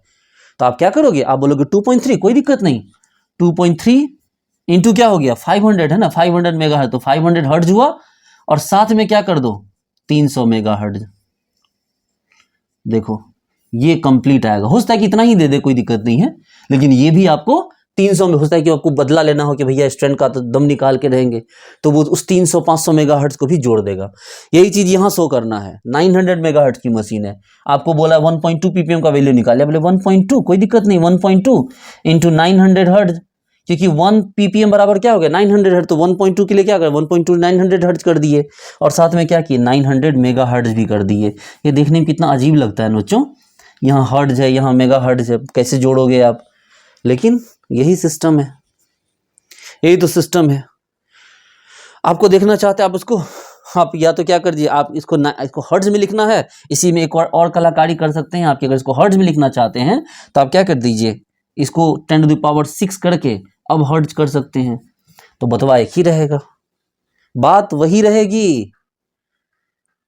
तो ये एक इनविजिबल क्वेश्चन है, जहां पर आपसे मॉलिक्यूल को छिपा लिया गया, मॉलिक्यूल को देखने ही नहीं दिया गया, और आप परेशान हैं मॉलिक्यूल ढूंढने में, और मॉलिक्यूल मिल ही नहीं रहा। आपको पता है ये सवाल 2 सेकंड लगेगा, 2 सेकंड इस सवाल को। देखिए मैं आपको दिखाता हूँ, बोल रहा है कि आपको 500 मेगाहर्ट्ज का मशीन दिया है, ठीक है, और बोल रहा है 3.2 ppm का वैल्यू निकालने के लिए हर्ट्ज में। आप बोले कितना बच्चा वाला सवाल है, 3.2 इंटू 500 और प्लस 500 मेगाहर्ट्ज, तो 500 10⁶ हर्ट्ज। लीजिए इसको लिख सकते हैं 3.2 इंटू 500, 5 × 15, 5 देखो 5 दूनी 10 हो गए, 5 × 15, 15 × 16, 160 हो गए भाई। देखो तो कितना हो गया 16, और नहीं 116 नहीं 160 ही हुआ, प्रॉपर 160 ही हो गया। इससे हटाओगे, इससे 50 से करोगे 160 में आ जाएगा, 32 से नहीं 1600, और प्लस क्या हो गया 500 गुना 10⁶, इसको करके हर्ट्ज लगा दो। देखो मतलब ठीक है, 10 सेकंड 20 सेकंड लगेंगे। आप बोलोगे सर इससे भी कम समय लगना चाहिए, मतलब एकदम कम, इतना भी समय नहीं लगेगा, इतना भी समय नहीं लगेगा। आप बोलोगे कितना दिया है सर, हमें दे दिया 600 मेगाहर्ट्ज का मशीन, 600 मेगाहर्ट्ज मशीन दिया हुआ है, ठीक है। हमने वेरी गुड। ओके, क्वेश्चन में 600 मेगाहर्ट्ज मशीन दिया है, बोल रहा है कि बताओ भैया आपको 4 ppm के लिए क्या वैल्यू होगा। आप बोलोगे सर कुछ नहीं, सर 4 छके 2400 हर्ट्ज हो गया सर। मन करे दिया होगा तो वो भी कर दीजिएगा, 600 मेगाहर्ट्ज भी कर दीजिएगा, हो सकता है ये भी दिया जाए। क्या आपको 900 मेगाहर्ट्ज दे दिया, 900 मेगाहर्ट्ज, आपसे बोला 1.5 ppm कितना, बोले सर 9 दूनी 18 था सर, 18 घट के क्या हो जाएगा 9 और 4.5 तो 1350 सर। लीजिए 1350 हर्ट्ज। कितना टाइम लगा, अरे 900 हर्ट्ज बराबर 1 ppm और 0.5 कितना हो गया 450 हर्ट्ज हो गया, तो क्या हो गया 1350 नहीं हो गया क्या। बच्चों वाला क्वेश्चन नहीं है सब। बोलिए, तो अब आपको केमिकल शिफ्ट का ये फॉर्मूला कंफर्म हुआ कि हाँ सर ये फॉर्मूला कहाँ से आया। तो अब रेंज नहीं रहा, अब बात रेंज की नहीं रही, अब रेंज की अब प्रॉपर फॉर्मूला आ गया, जो भी निकलेगा वो हर्ट्ज में निकल जाएगा। आई बात समझ में। चलिए बच्चों आगे बढ़ते हैं, लिख लीजिए, better the splitting better will be coupling, better the splitting better will be coupling, better the splitting better will be coupling. जैसे ध्यान दीजिए, कार्बन कार्बन, हाइड्रोजन हाइड्रोजन, ये ए है ये बी है, यहाँ 1 2 3, तो यहाँ 3J का वैल्यू आना है, तो यहाँ पर कपलिंग बेटर हो रही है, कपलिंग बेटर हो रही है, तो जो आपको है J का वैल्यू भी बेटर आएगा। लेकिन अगर आपके पास ये है, यहाँ कपलिंग नहीं हो रही ना के बराबर, तो मैं कह सकता हूँ कि 1 2 3 4 जो कपलिंग है ये क्या हो रहा है बच्चों, हम इसे लिखते हैं वेरी पुअर, होती है थोड़ा बहुत तो होगा ही ना, वेरी पुअर, तो J भी क्या होगा वेरी लो आ जाएगा। ठीक है, तो जहां कपलिंग अच्छी होगी वहां J अच्छा आएगा, जहां कपलिंग अच्छी नहीं होगी वहां J भी बहुत पुअर आएगा। देखिए आई बात समझ में। चलिए अब यहां से आगे बढ़ेंगे, लिखेंगे important point regarding coupling constant, important point regarding coupling constant, important point regarding coupling constant. देखिए पता है स्टार्टिंग के क्लास में ना डिटेल देना पड़ता है, उसके बाद तो फिर एक बार जब पटरी पे गाड़ी चढ़ जाती फिर तो भाई स्पीड पकड़ लेता है टॉपिक, लेकिन स्टार्टिंग के ही जो स्टार्टिंग का जो आधा टाइम होता है ना वो चीज़ों को समझाने में ही चला जाता है, फिर उसके बाद चीज़ें आसान हो जाती है। लिखेंगे, हाँ क्या लिखेंगे, डिटेल्स ऑफ कपलिंग कांस्टेंट या important points of coupling constant. सबसे पहले तुम्हें देखना है number 1 calculation of coupling constant, calculation of coupling constant. तो सबसे पहला काम तो है कपलिंग कांस्टेंट को कैलकुलेट कीजिए। दूसरा टाइप आपको देखना है टाइप ऑफ कपलिंग कांस्टेंट, ठीक है, और तीसरा टाइप पढ़ना है आपको factors affecting coupling constant. Basically इसको 2 नंबर, इसको 3 नंबर देना है, इसको 3 नंबर दीजिए और नीचे कर दीजिए और 2 नंबर में डालिए फैक्टर्स अफेक्टिंग कपलिंग कांस्टेंट। ठीक है, तो ये 3 पॉइंट हमें करना है, calculation of coupling constant, factor affecting coupling constant और टाइप ऑफ कपलिंग कांस्टेंट। तो मेरे दुलारे बच्चों सबसे पहले हेडिंग डालिए कैलकुलेशन ऑफ कपलिंग कांस्टेंट। सबसे पहले लिखिए coupling, calculation of coupling constant. तो कपलिंग कांस्टेंट का कैलकुलेशन तो बड़ा आसान है, इसमें कुछ है नहीं, वो तो मैं आपको बता ही चुका हूँ। ठीक है, अभी जस्ट मैंने अभी आपको बताया, एक बार बस रिमाइंड कर लीजिए। वही बात है ना कि जब मैं क्या बोलता हूँ, जब क्लास आधी क्लास तक तो हम चीज़ों को एक्सप्लेन ही करते रह जाते हैं। देखो ये है, इसको हमने क्या किया, डबलेट में ब्रेक किया, तो ये क्या हो गया आपका J। ये वाला क्या है बच्चों, तो ये हो गया डेल्टा 1, ये वाला क्या हो गया डेल्टा 2 और ये बीच में क्या हो गया डेल्टा0। तो जो कपलिंग कांस्टेंट का वैल्यू क्या हो गया बच्चों, तो अब बोलोगे सर हमारे पास क्या हो गया डेल्टा1 माइनस डेल्टा2 और इंटू क्या हो गया म्यू फ्रीक्वेंसी। उसी तरह से एक और एग्जांपल देख लीजिए, जैसे कि हमने ये लिया, एकदम ध्यान दीजिए, अरे यार क्यों खराब हो रहे हो, लो जैसे इसको बनाया, इसको हमने ट्रिपलेट बना लिया, सपोज कीजिए हमने इसको ट्रिपलेट बना लिया, तब क्या करोगे बच्चों, आप बोलोगे सर ये जो वैल्यू है हमारे पास यहाँ से यहाँ, ये भी J है और यहाँ से यहाँ जो है दो एकदम बराबर है सर, एक ही वैल्यू है, जे ही है दोनों, कोई फर्क नहीं है, डिस्टेंस बिल्कुल सेम होगा। तो सर जे का वैल्यू हमारे पास क्या है सर, या तो यहाँ देखो डेल्टा 1, यहाँ वैल्यू है डेल्टा 2 और यहाँ पे जो वैल्यू है सर डेल्टा नॉट। तो जे का वैल्यू क्या हो गया सर हमारे पास, गौर से देखिए, delta 1 minus delta not into क्या हो गया म्यू, या जे का एक और फॉर्मूला हमारे पास है डेल्टा नॉट माइनस डेल्टा 2, इसलिए क्या इंटू क्या हो गया म्यू। तो इसलिए हमारे पास कोई फिक्स्ड फॉर्मूला इसके लिए नहीं है बच्चों, हमारे पास कोई फिक्स्ड फॉर्मूला इसके लिए इस तरह का नहीं है कि भाई यही डिट्टो वैल्यू होगा, वो आपको बना के देखना होगा, तब जाके आप इसको सही से समझ पाएंगे। मान लो कि ये सिग्नल है, इसको हम तोड़ते हैं क्वार्टरेट में। कैसे तोड़ेंगे बच्चों, क्वार्टरेट में, इसको क्वार्टरेट में तोड़ देंगे तो क्या हो जाएगा बच्चों, जे जे जे। तो जे का वैल्यू क्या हो गया बच्चों बताओ, जे का वैल्यू क्या हो गया, गौर से देखिए, यहाँ बीच में तो है हमारे पास कौन है, डेल्टा नॉट है, यहाँ पे कौन सा वैल्यू, ये देखो, ये हो गया डेल्टा 1, ये हो गया हमारे पास कौन डेल्टा 2, ये वैल्यू कौन हो गया डेल्टा 3, ये कौन वैल्यू होगा डेल्टा 4। कितना आसान नहीं है। तो जे वैल्यू क्या हो गया, गौर से देखिए, तो या तो डेल्टा 1 माइनस डेल्टा 2 कीजिए, एकदम ध्यान दीजिए, डेल्टा 1 माइनस डेल्टा 2 इंटू क्या करेंगे म्यू।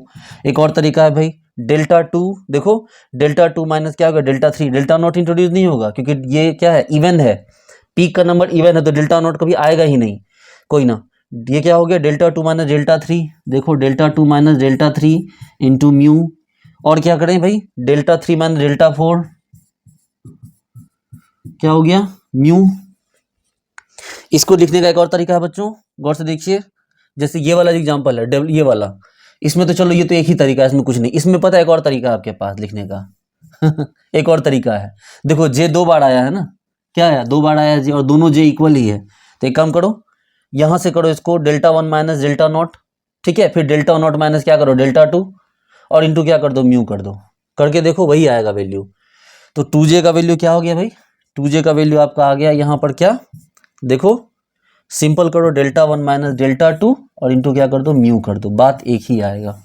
देखो उसी तरह से यहाँ आपको चेक करना है, देखो ये यहाँ पर क्या कर दो, गौर से देखो, यहाँ पर आपको कितना है 1 2 3 बार जे आया ना, तो डायरेक्ट लिखो 3j, अरे भाई सब रुक जाओ, 3j इज इक्वल टू क्या कर दो, देखो तो सिंपल एक बार में डेल्टा 1 माइनस डेल्टा 4, देखो डेल्टा 1 माइनस डेल्टा 4 इंटू क्या कर दो म्यू कर दो, वो 3j ऑटोमेटिकली बैलेंस कर लेगा, इसका जो 3 पार्ट है वो 3j ऑटोमेटिकली अपना बैलेंस करके जे का वैल्यू यहाँ पर निकाल लेगा, आपको चिंता करने की जरूरत नहीं है, ठीक है। चलिए, तो ये हमारा क्या था, calculation of coupling constant, note कीजिए इसको।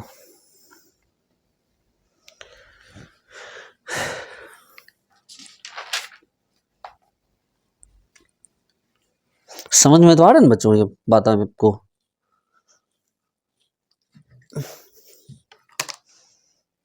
आज मैंने पानी का बॉटल मंगवाया अपने लिए पीने के लिए,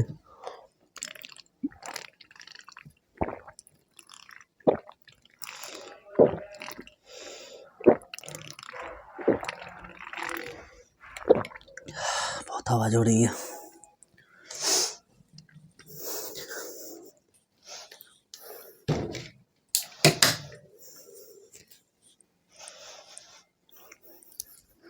हो गया, चलिए ठीक है, आगे बढ़ेंगे बच्चों। चलिए, हमारे पास सेकंड पॉइंट क्या है भाई, सेकंड पॉइंट क्या है, types of J coupling constant, कि कौन कौन से टाइप्स हैं, फैक्टर्स अफेक्टिंग, पहले क्या करना है, पहले फैक्टर वाला कर लें, पहले जे, कोई ना पहले टाइप ही कर लेते हैं, टाइप ऑफ जे, हालांकि मैंने टाइप को बाद में तीसरा नंबर पे कर दिया था ना, बट कोई ना, क्या फर्क पड़ता है, लिखेंगे टाइप्स ऑफ कपलिंग कांस्टेंट। देखो एकदम एकदम हलवा वाला है ये बात, एकदम बच्चों वाली चीज है, सवाल खूब पूछते हैं, इसके बिना तो समझो कि एनएमआर का पोर्शन कंप्लीट ही नहीं होता है। देखो मान लो ये कार्बन है, ये हाइड्रोजन है, ये सत्य है, ये तथ्य है कि इसमें कपलिंग होता है।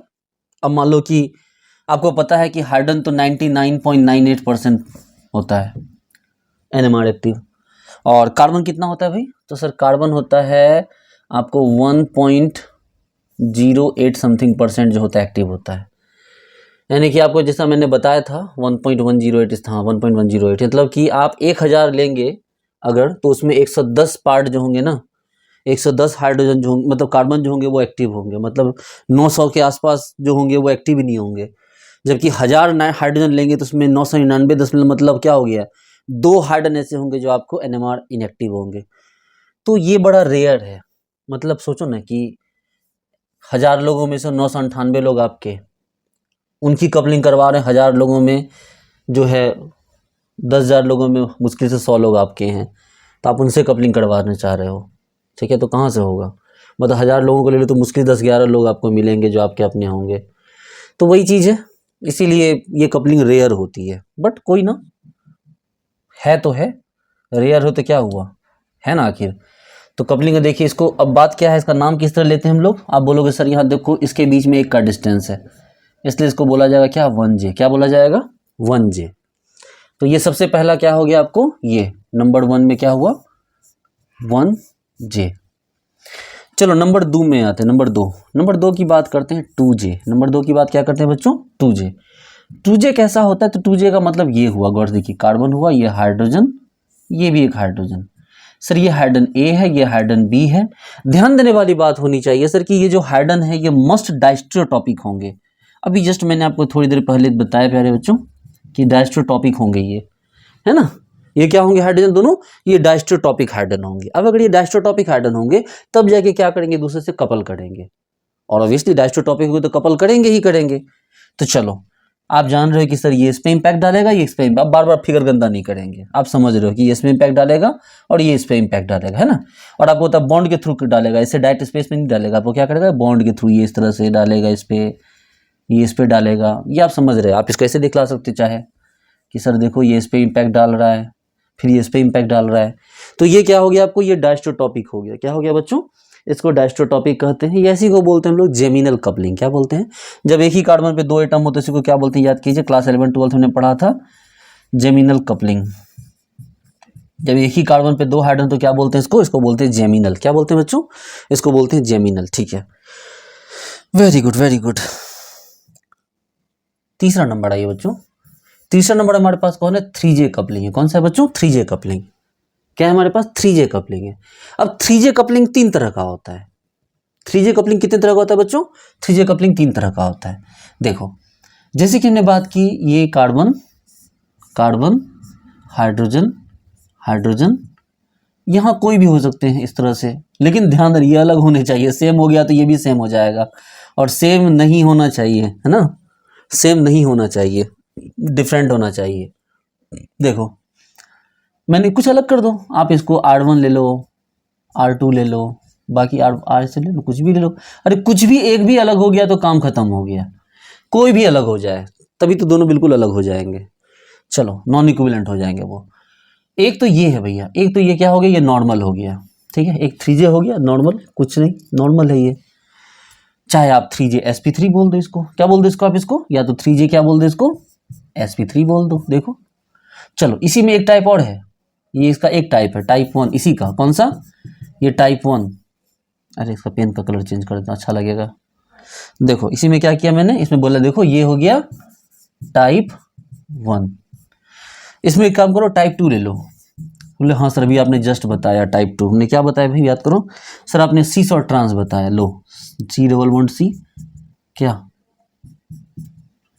ध्यान रखना डिफरेंट होने चाहिए, R डैश कुछ होना चाहिए लेकिन डिफरेंट होना चाहिए, अदरवाइज कपलिंग ही नहीं होगा।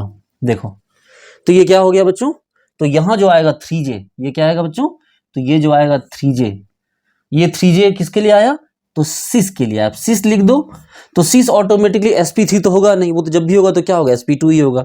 तो 3J कौन हो गया, ये 3J सिस हो गया, वेरी गुड। अब नेक्स्ट आ जाओ, क्या टाइप क्या 3, टाइप 3 ले लो, तो टाइप 3 में क्या लोगे, फिर से लेना होगा 3J, लेकिन इस बार कौन सा लेंगे बच्चों हम, इस बार लेंगे जैसा कि आप समझ चुके हैं कि हाँ सर इस बार आप ट्रांस वाला लोगे, हमें पता चल गया सर, वेरी गुड, बहुत तेज हैं आप लोग। चलो तो क्या हो गया सर, कार्बन कार्बन डबल है सर, यहाँ HA, ये HB, इन सब से कोई मतलब नहीं सर, एक R ले लो, एक R डैश ले लो। तो ये क्या हो गया, 3J ट्रांस हो गया। क्या हो गया बच्चों, तो ये 3J ट्रांस हो गया, ठीक है, कितना आसान है। देखो यहाँ से यहाँ का कपलिंग हो रहा है, तो ये इसी को क्या कहा गया, 3J ट्रांस। यहाँ से यहाँ का कपलिंग हो रहा है, किसी को क्या कहा गया, 3J सिस। और यहां से यहां कपलिंग हो रहा है, इसको सिंपली 3J लिख सकते हैं हम। ये सिंपल 3J या 3J sp3 करके लिख दो, काम हो जाएगा। यहाँ क्या हुआ बच्चों, ये वाला देखो, ये यहां से यहां कपलिंग हुआ, क्या कहलाया ये, तो ये कहलाया 2J। क्या कहलाया बच्चों, तो ये कहलाया 2J। ठीक है, ये क्या कहलाया आपको, तो ये 2J कहलाया। ठीक है, और ये तो खैर आपका क्या था, ये तो आपका क्या था, ये 1J था। अच्छा बच्चों, आपको पता है कि 2J में भी दो तरह का है, 2J में भी दो तरह का है। 2J जो है वो भी क्या हो गया, दो तरह का है। कौन कौन टाइप का है 2J सर, तो 2J में एक टाइप तो ये था कि जहां पर ये क्या हो, sp2 sp3 हो, ये 2J का क्या हो गया, ये 2J का sp3 हो गया।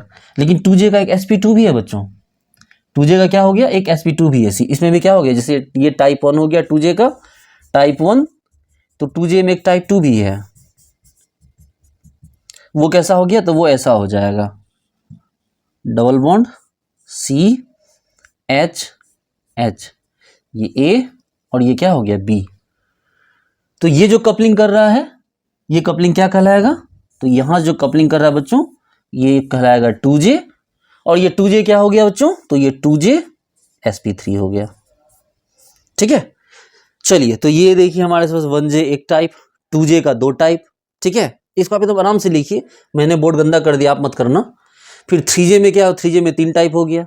देखिए 3J में कितना टाइप हो गया आपको, तो 3J में आपको 3 टाइप हो गया। और उसके बाद क्या हो गया, बात करेंगे 4J या उससे ज़्यादा वाले की।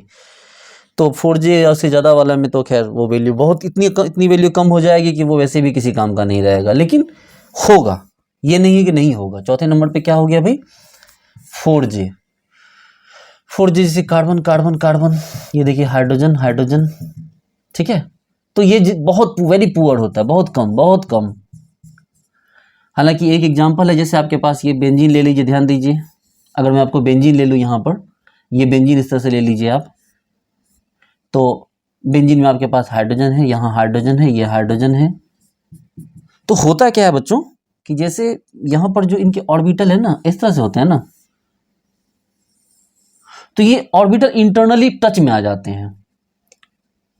ऑर्बिटल क्या होता है, इंटरनली टच में आ जाते हैं, जिसकी वजह से ये क्या करने लगता है, ये ठीक ठाक आपका 4J कपलिंग शो करने लगता है। यहाँ पर क्या हो जाएगा, ये जो होगा ये आपको ये 4J कपलिंग ठीक ठाक हो जाएगा, थोड़ा बहुत ही सही, बहुत कम होगा लेकिन हो जाएगा। 4J कपलिंग होने के लिए एक कंडीशन है, condition of 4J coupling. 4J coupling ऐसे नहीं होगा, उसके लिए जरूरी है कि एक, आप वो मूवी देखिए धमाल मूवी, उसमें क्या बोला था, बड़े डब्लू के अंदर सोना छिपा है, पैसा छिपा है, तो वही बड़े डब्लू की बात है। यहाँ पर एक बड़ा डब्लू होना जरूरी है। ये देखो, आपको एक बड़ा डब्लू दिखा, तो ये बड़ा डब्लू होगा तभी 4J कपलिंग होगा। ठीक है, या उससे ज़्यादा भी 4J 5J भी अगर होगा, तो वो जब तक नज़दीक नहीं आएंगे तब तक इस तरह की कपलिंग नहीं होगी, क्योंकि नज़दीक आए तो क्या होगा, उनके इंटरनल ऑर्बिटल क्या हो गया, आपस में क्लोज आ गए, टच में आ गए, जिससे क्या करने लगे, वो एक दूसरे पर मैग्नेटिक फील्ड का इम्पैक्ट डालने लगे, बहुत कम, थोड़ा ही डाले लेकिन डालने लगे वो। चलिए, तो इस तरह से क्या हो गया, हमारे पास टाइप ऑफ कपलिंग भी, हमारे पास टाइप ऑफ J भी आ गया। अब हम लोग देखेंगे बच्चों क्या, अब हम लोग देखेंगे factors affecting coupling constant. Sir आपने ना एकदम बोर्ड की बैंड बजा दी है, कोई बात नहीं, लिखेंगे अब नेक्स्ट, पहले इसको नोट कर लीजिए।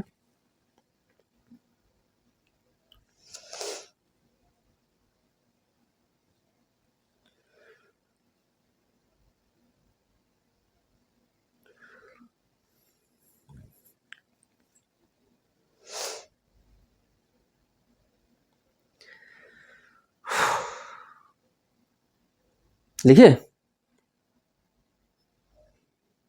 चलिए आगे बढ़ते हैं। अब लिखेंगे बच्चों, हेडिंग डालिए, फैक्टर्स अफेक्टिंग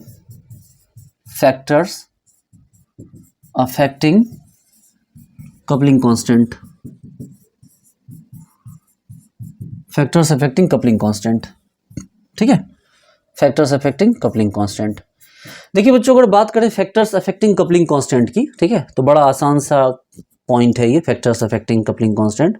इसमें कुछ पॉइंट्स हैं, सबसे पहले आपको देखना है क्या, तो ध्यान दीजिए, bond distance inversely proportional to J, या उल्टा लिख दीजिए क्योंकि हम तो कपलिंग कांस्टेंट पर है ना, बट बाकी बात एक ही है, मतलब बॉन्ड डिस्टेंस जितना छोटा होगा या बॉन्ड लेंथ जितना छोटा होगा जे का वैल्यू उतना ज़्यादा बड़ा होगा, इसका मतलब यही है ना। चलिए अब इसी चीज़ को हम समझने के लिए देखिए कहाँ यूज करने जा रहे हैं इसका। ये कार्बन है, ये कार्बन है, ये आपके पास हाइड्रोजन है, ये आपके पास मान लो कि इस तरह से हाइड्रोजन है, ठीक है।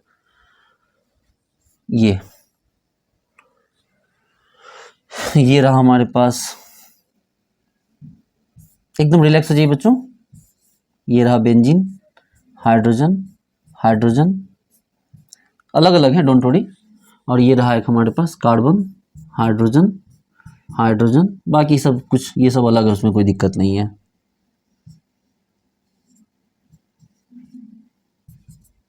अलग तो होना ही है इन्हें, अलग नहीं होंगे तो दांत तोड़ दिया जाएगा, अलग तो इनको होना ही है, ठीक है। चलो H A H B, H A H B, H A H B. देखिए जो मैं जो बताने जा रहा हूँ बच्चों एकदम आपके लिए बहुत इजी, एकदम हलवा हलवा हो जाएगा ये टॉपिक, ठीक है। थोड़ा सा फोकस कीजिए तो ये पूरा टॉपिक आपके लिए एकदम हलवा का प्रसाद हो जाएगा, ठीक है। बाबा जी का प्रसाद हो जाएगा ये टॉपिक आपके लिए। अब थोड़ा सा फोकस कीजिए बच्चों, इतना तो डैम श्योर है कि चूंकि ये जो कपलिंग कांस्टेंट है ये बॉन्ड के थ्रू होता है, तो बॉन्ड डिस्टेंस जितना कम होगा कपलिंग कांस्टेंट उतनी आसानी से होगा, है कि नहीं। बॉन्ड डिस्टेंस जितना कम होगा कपलिंग कांस्टेंट क्या होगा, उतना ही आसानी, कपलिंग उतनी आसानी से हो जाएगी क्या। तो मान लीजिए जैसे आप एग्जाम में बैठे हैं, आपके पास कोई बंदा बैठा, वो बोल रहा भैया प्लीज चीट करा दो, भैया प्लीज बता दो, प्लीज बता दो। तो अब तीन सिचुएशन है। एक सिचुएशन ये कि आपके बगल में बैठा हुआ है, तो उसकी हेल्प करना आपके लिए आसान है। बोले सर आप तो हमें चीट करने का तरीका सिखा रहे हो। नहीं नहीं, ये नहीं बता रहा, मैं बता रहा हूँ अगर आपके पास कोई बैठा हुआ बिल्कुल बगल में, तो उसको चीट कराना, हेल्प कराना आसान है। चलो कोई ना, दूसरा बंदा कहाँ बैठा हुआ, बगल वाले बेंच पे बैठा हुआ है, ठीक है। तो उसकी हेल्प करना थोड़ा डिफिकल्ट है, मतलब पर्ची फेंकेंगे मास्टर जी आ जाएंगे, पता चलेगा कान पकड़ के चांद दिखा देंगे। और तीसरा बंदा जो दो तीन बेंच के बाद बैठा हुआ है उसको हेल्प करने के लिए बोल रहा है, तो उसकी हेल्प करना तो और भी ज़्यादा मुश्किल है ना। इसलिए कपलिंग कांस्टेंट के लिए डिस्टेंस कम होना चाहिए। फिर आपको मैं बताना चाहूँगा बच्चों, बताना कि आप तो खुद बहुत तेज हो, आपको क्या लगता है ये डबल बॉन्ड है, ये डबल बॉन्ड है, तो डबल बॉन्ड की डिस्टेंस सबसे क्या होती है, छोटी होती है, सबसे छोटा बॉन्ड होता है। तो ये भी तो डबल बॉन्ड है। सर ये डबल बॉन्ड नहीं है एक्चुअल में, गौर से देखो, ये पार्शियल डबल बॉन्ड है, सोच के देखो, क्या भ्रम टूटा। तो ये क्या हो गया, ये है डबल बॉन्ड, क्या बच्चों, ये है डबल बॉन्ड। ये क्या हो गया, ये है पार्शियल डबल बॉन्ड, क्या बच्चों, ये है पार्शियल डबल बॉन्ड। और ये क्या हो गया, ये क्या हो गया, सर ये तो सिंगल बॉन्ड हो गया। क्या हो गया सर, ये तो सिंगल बॉन्ड हो गया। अगर ये है डबल बॉन्ड, ये है पार्शियल डबल बॉन्ड, ये है आपको सिंगल बॉन्ड, तो अब आप क्या कर सकते हो, आप बोलोगे सर हमारे पास करने के लिए क्या बचा, हमारे पास करने के लिए सर यही बचा कि सर हम जवाब दे दें अपना। हम लोग क्या जवाब दोगे भाई, तो इसका जो मान लो अगर यहाँ पर जो वैल्यू J1 लेते सर, यहाँ वैल्यू J2 लेते, यहाँ वैल्यू J3 लेंगे सर, तो हमें J1 सबसे ज़्यादा, फिर J2 और फिर क्या हो गया J3। बाकी ये चीज़ तो क्लियर है कि ये जितने भी ये सभी 3 ही हैं, 3J, ये सभी है, एक ही है, मतलब J1 J2 J3।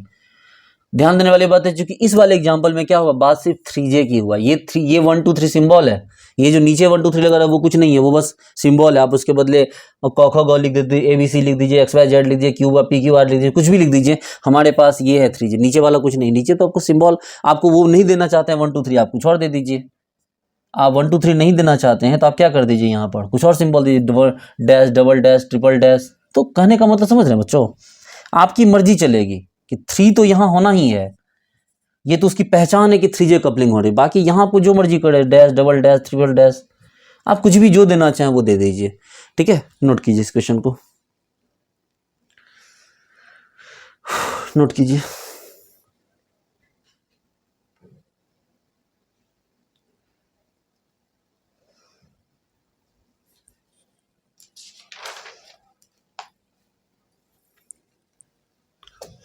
एक क्वेश्चन है बच्चों,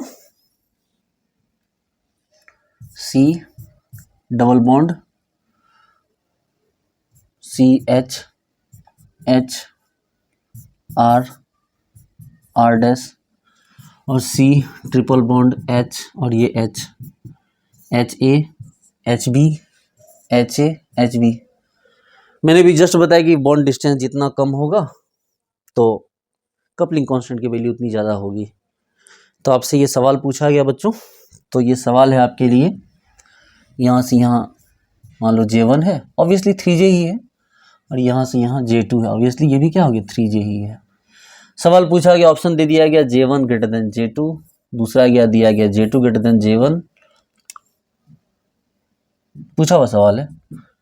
तो उसके बाद दिया गया J1 is equal to J2, और चौथा दिया गया J1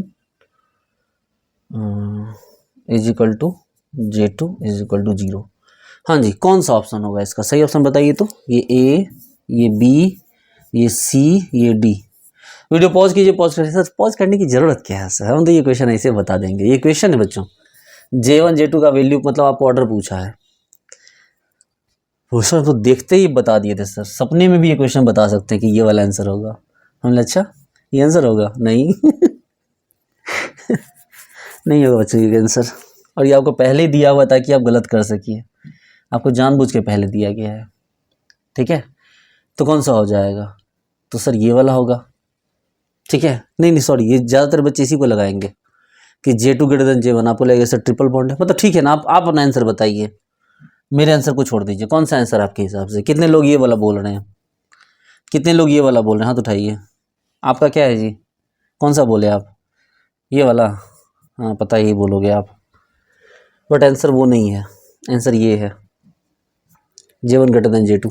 अब बोले सर ये क्यों कर दिया सर आपने, हमने देखो सोचना तो आपका सही था कि ट्रिपल बॉन्ड है तो बॉन्ड डिस्टेंस घट जाएगा, बॉन्ड डिस्टेंस घटेगा तो J वैल्यू बढ़ जाएगी, लेकिन आप ना J वैल्यू के बेसिक कंसेप्ट को ही भूल गए। J वैल्यू का बेसिक कॉन्सेप्ट कहता है कि दोनों हाइड्रोजन नॉन इक्विवेलेंट होनी चाहिए, तो है तो सर HA HB।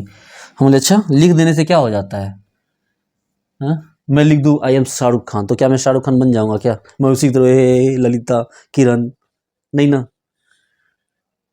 क्योंकि ये दोनों हाइड्रोजन सेम है। गौर से देखिए कहाँ है हाइड्रोजन, तो हाइड्रोजन सेम है, और अगर हाइड्रोजन सेम हो जाएगा तो कपलिंग कांस्टेंट का वैल्यू क्या हो जाएगा, अगर हाइड्रोजन सेम हो जाए तो कपलिंग कांस्टेंट का वैल्यू क्या हो जाएगा 0, तो मतलब J2 जो है वो क्या हो गया 0 हो गया। अरे बाबू जब हाइड्रोजन ही सेम हो गया तो कपलिंग कांस्टेंट की वैल्यू आएगी कहाँ से, लिखो इस बात को कि very firstly we studied that for coupling hydrogens must be non equivalent, कि हाइड्रोजन क्या होने चाहिए, नॉन इक्विवेलेंट होने चाहिए, ये तो इक्विवेलेंट हाइड्रोजन है, इसलिए क्या हो गया J1 जो भी आएगा उससे तो ज्यादा ही होगा ना, इसलिए आंसर कौन होगा, ये वाला हो जाएगा। चलो ठीक है, नेक्स्ट लिखेंगे effect of bond angle. Effect of bond angle, ये नंबर बी, ये कौन सा था भाई, पहला नंबर 1 था ना बॉन्ड डिस्टेंस, नंबर 2 लिखेंगे, नंबर 2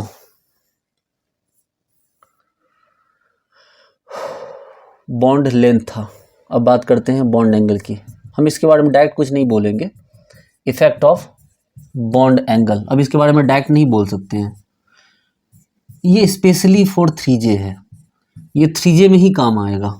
ये जो बॉन्ड लेंथ था ये सबके लिए काम करता था, ये वाला सबके लिए काम करेगा। ये bond distance inversely to J, यानी बॉन्ड लेंथ घटेगा तो J बढ़ेगा, ये सबके लिए काम करता था, फॉर ऑल, ये सबके लिए था। लेकिन अब जो हम पढ़ाने जा रहे हैं ये बॉन्ड एंगल वाला कॉन्सेप्ट, ये 3J के लिए है, स्पेशल फैक्टर है ये। देखो आप 3J का केस ले लो, देखो C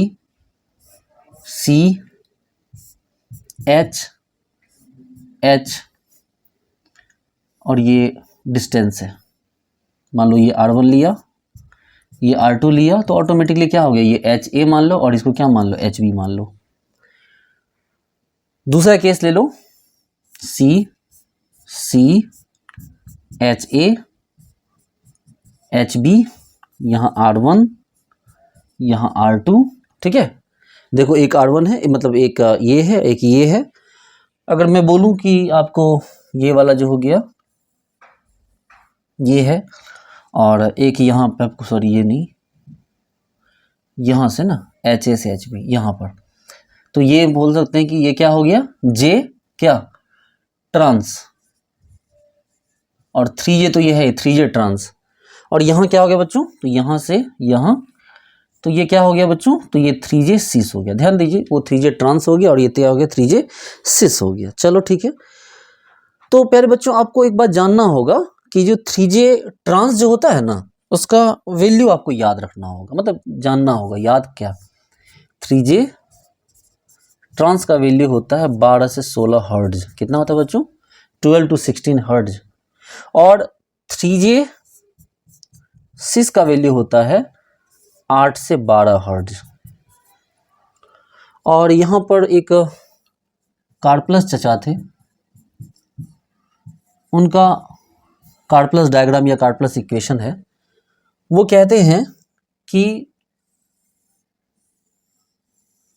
इस तरह से ग्राफ बना गया, यहाँ रखा गया 0 डिग्री, यहाँ रखा गया 180 डिग्री, और बीच में ऑब्वियसली बीच में कौन आ जाएगा, 90 डिग्री। ठीक है। तो ये यहाँ जो है वैल्यू, जे का वैल्यू, इस एक्सिस पे जे का वैल्यू आना है। तो होगा क्या कि ये 0 डिग्री, आपको दिख रहा है यहाँ पर एंगल 0 डिग्री। अरे ये डाइहेड्रल एंगल है बच्चों। ये क्या हो गया, ये डाइहेड्रल एंगल है। देखिए तो, एक आंख से खोल के देखिए, देखिए तो, एक आंख से देखिए तो कितना एंगल दिख रहा है इसके बीच। डाइहेड्रल एंगल 0 दिखा क्या, इसके बीच डाइहेड्रल एंगल 0 दिखा। और अब इसी को देखिएगा कि अब ये डाइहेड्रल एंगल देख के बताइए कितना दिखा, जब इसको एक लाइन में कंसीडर कीजिएगा, जब इसको एक लाइन में कंसीडर कीजिए। अब देखिए कितना एंगल दिखा। अरे वो इसके बीच देखिए ना, वो मान लो हार्ड एंड हार्ड के बीच देखिए, देखिए कंसीडर कीजिए कितना एंगल है, ये कितना एंगल दिख रहा है, ये 180 दिख रहा है। अरे डाइहेड्रल एंगल आपने पढ़ा है ना, क्या डाइहेड्रल एंगल पढ़ तो रखा है आपने। कन्फर्मेशनल आइसोमेरिज्म पढ़ा था तो याद तो है, पढ़ा था ना, क्या था देखिए तो, ये देखिए dihedral angle 0 fully eclipsed, gauche partially eclipsed, anti staggered, फिर क्या हो गया पार्सली क्लिप्स्ड, फिर क्या हो गया गॉच, और फिर फुल्ली क्लिप्स्ड। पढ़ तो रखा है आपने। तो ये एंगल कितना हो गया, थीटा। थीटा क्या हो गया बच्चों, यहाँ पर थीटा कहलाता है डाइहेड्रल एंगल। क्या कहलाएगा, थीटा कहलाएगा डाइहेड्रल एंगल। तो यहाँ थीटा कितना हो गया, तो सर यहाँ थीटा हो गया 180 डिग्री, और यहाँ थीटा कितना हो गया, तो सर यहाँ थीटा हो गया 0 डिग्री। देखिए इन दोनों कैसे दिखे, ऐसे करके देखिए 0 डिग्री एंगल दिखाई देगा। हाँ जी, तो ये ऐसा होगा कि ये ग्राफ यहाँ आएगा 8 से लेके 12 तक, ठीक है, और ये ग्राफ यहाँ दिखाई देगा, यहाँ पे 12 से लेके 16 तक। तो आपके पास इस तरह का ग्राफ आएगा।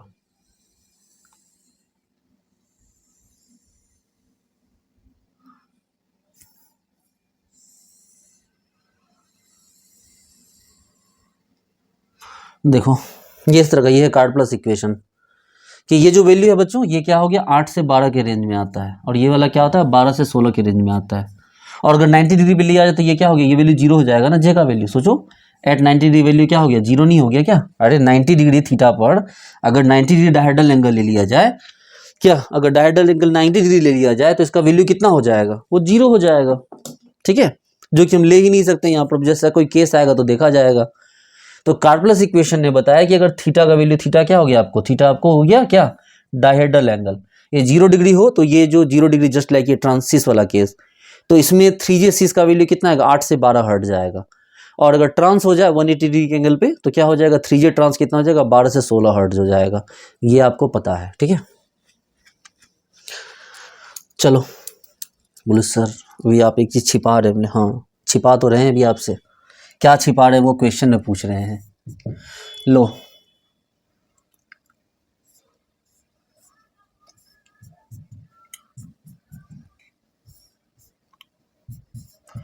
R1 R2 R1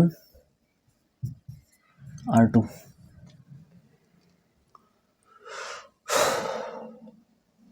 चलो देखो ये रहा A, ये रहा B, ठीक है। तो अब यहाँ पर ठीक है, ये रहा आपका एक एग्जाम्पल। दूसरा पूछ दिया ये।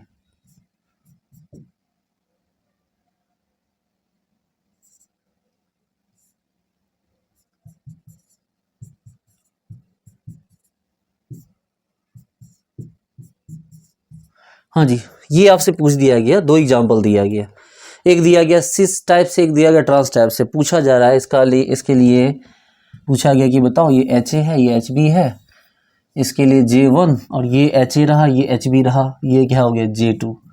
आप बोले सर आपसे मजाक कर रहे हैं सर, मजाक बर्दाश्त नहीं करते हैं। बताओ J1 greater than J2, J2 greater than J1, J1 greater than J2, यानी J1 equal to J2 is equal to 0। हाँ जी बताओ, ये चार ऑप्शन दिया गया है, बताइए कौन सा ऑप्शन सही है? पहला, दूसरा, तीसरा, चौथा, कौन सा ऑप्शन सही है?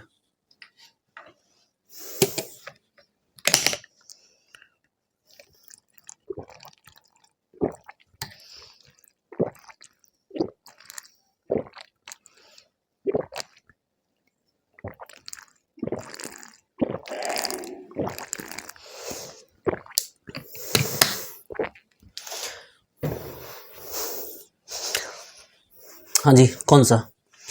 अरे बालक समझ नहीं रहे हो तुम, ध्यान दो यहाँ, ये इक्वल है, क्यों?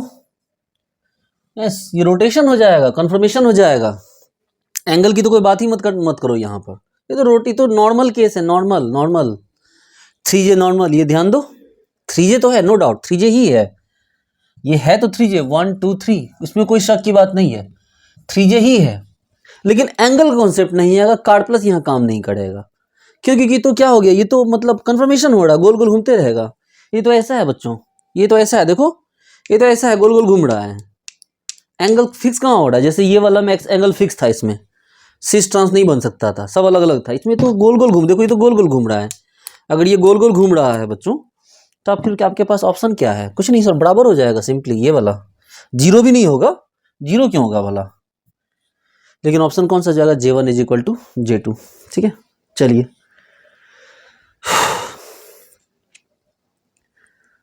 आगे बढ़िए।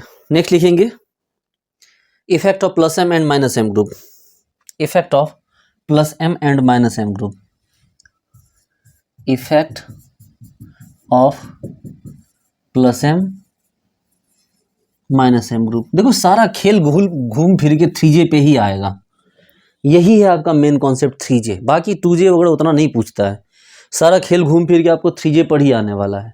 आप बात समझ रहे हैं कि सब कुछ घूम फिर के आपको 3J पे ही आएगा। तो इफेक्ट ऑफ प्लस एम मतलब plus M minus M group. Suppose कीजिए कि आपके पास ये रहा कार्बन, ठीक है, ये रहा कार्बन, ये रहा हाइड्रोजन, और हम कुछ एग्जाम्पल लेके करते हैं, या पहले कंपल्सिव कर लेते हैं। पहले ये HA HB है ना, यहाँ R है कोई, और यहाँ पर हमने कोई प्लस एम ग्रुप ले लिया, सपोज करो OH ले लिया, सपोज करो OCH3 ले लिया, सपोज करो NH2 ले लिया, ठीक है, सपोज करो और भी कोई डोनर ग्रुप है, मान लो कोई क्या हो गया, डोनर ग्रुप है। तो बच्चों डोनर ग्रुप क्या करेगा सर? डोनर ग्रुप करेगा ये सर कि ये इलेक्ट्रॉन जो भी होगा ना सर, वो इलेक्ट्रॉन देकर क्या करेगा, इस पाई बॉन्ड को ब्रेक कर देगा। कंप्लीट तो ब्रेक होगा नहीं, इलेक्ट्रॉन आता जाता रहेगा, और ये बन क्या जाएगा बच्चों? तो ये पार्शियल बॉन्ड बन जाएगा। क्या बन जाएगा? ये बिकम्स, सोचो ना, अगर पाई बॉन्ड टूट के इधर उधर घूम डिलोक्लाइज करने लगे तो ये क्या हो जाएगा? बिकम्स पार्शियल बॉन्ड, या पार्शियल डबल बॉन्ड बन जाएगा, पार्शियल पाई बॉन्ड या partial double bond, partial bond मत लिखो, पार्शियल डबल बॉन्ड बन जाएगा। तो अब आप सोचो कि अगर आपके पास एक ये एग्जांपल है, और HCr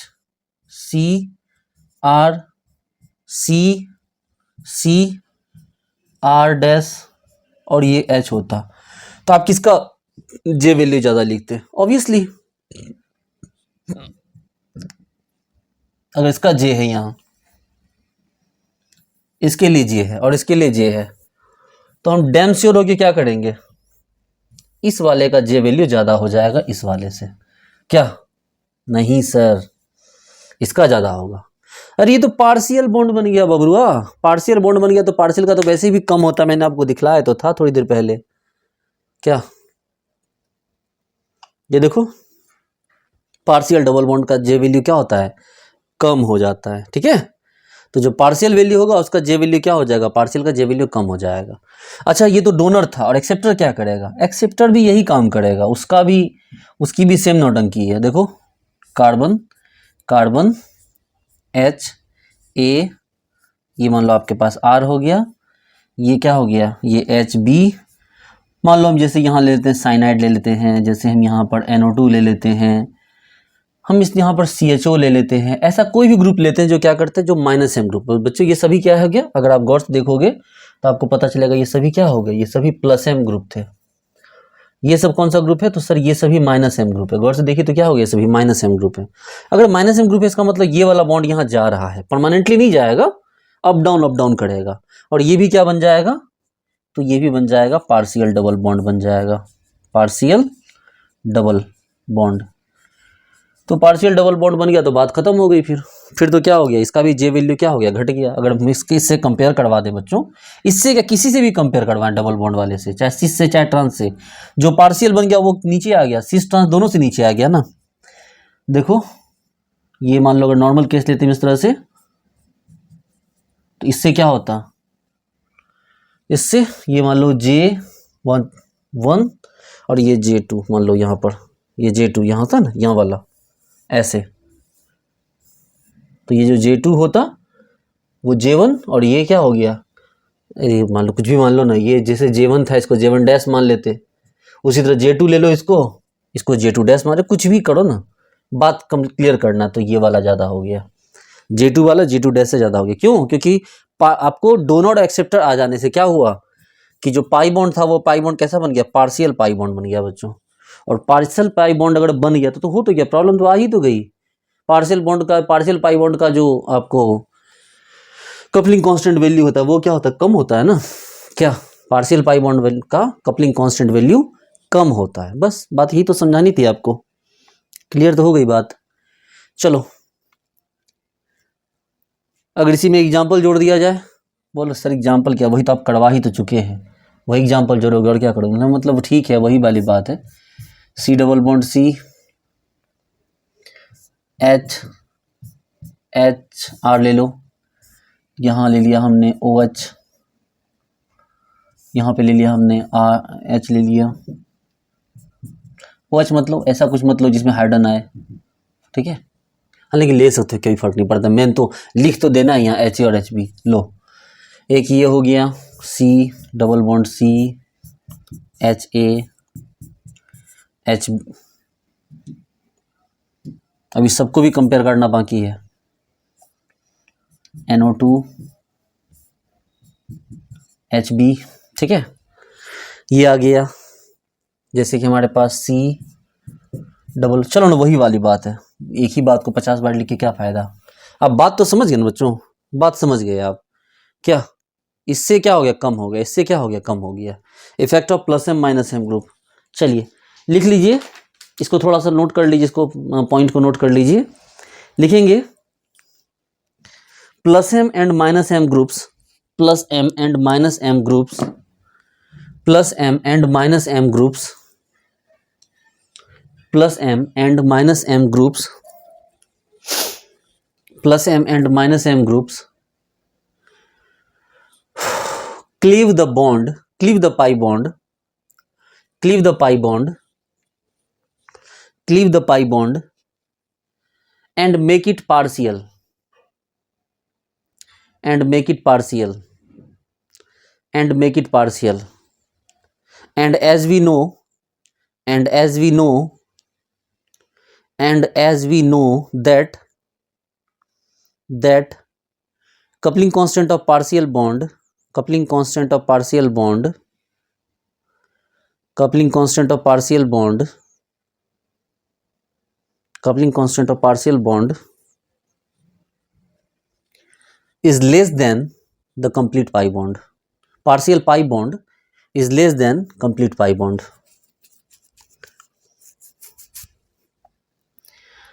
अच्छा बताओ बच्चों, क्या ट्रिपल बॉन्ड में कपलिंग कांस्टेंट कपलिंग होगा? सर होगा ही नहीं सर।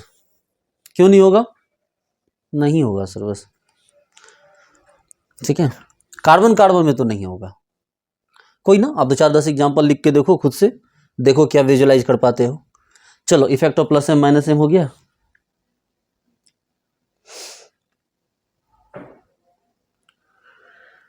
ओके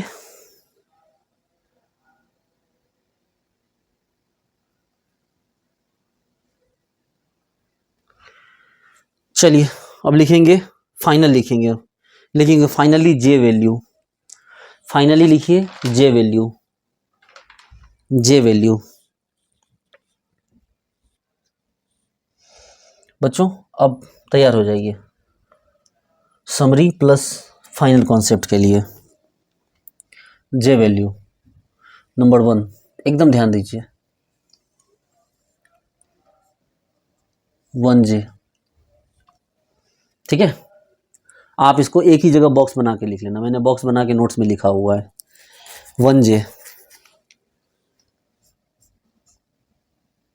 ये मान लो इस तरह से है कार्बन हाइड्रोजन 1J। मैं इसको फिक्स नहीं करता हूँ, किसी और जगह यूज होगा, मतलब और भी जगह यूज होता है ये, हम इसको 1J ही रहने देते हैं। आप वो देख लेना 1J क्या है, क्योंकि सिर्फ कार्बन हाइड्रोजन केस नहीं होता, कुछ और भी केसेज होते हैं। 1J का वैल्यू फिक्स्ड होता है कितना, 100 हर्ट्ज। इनफैक्ट सबसे ज़्यादा यही होता है, इनफैक्ट सबसे ज़्यादा यही होता है, कौन, आपको 100 हर्ट्ज के आसपास, ठीक है, ये सबसे ज़्यादा होता है। नंबर 2 2J, 2J 2 तरह का होता है, जैसा कि आपने देखा कि 2J कितने तरह का हुआ, 2 तरह का हुआ। 2J में टाइप 1 था कौन, ये वाला,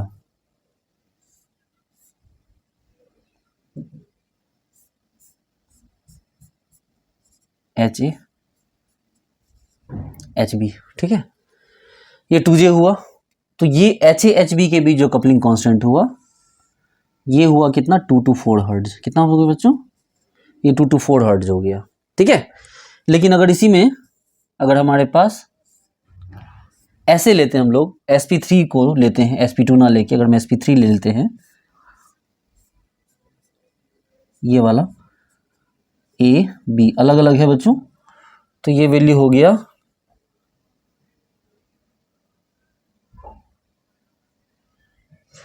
ये हो गया लगभग 18 हर्ट्ज। ये कितना हो गया लगभग, तो ये हो गया लगभग 18 हर्ट्ज, ठीक है। ओके, ये वाला लगभग 18 हर्ट्ज हो गया। चलिए ठीक है, दूसरा केस देखते हैं हम लोग, 3J नॉर्मल।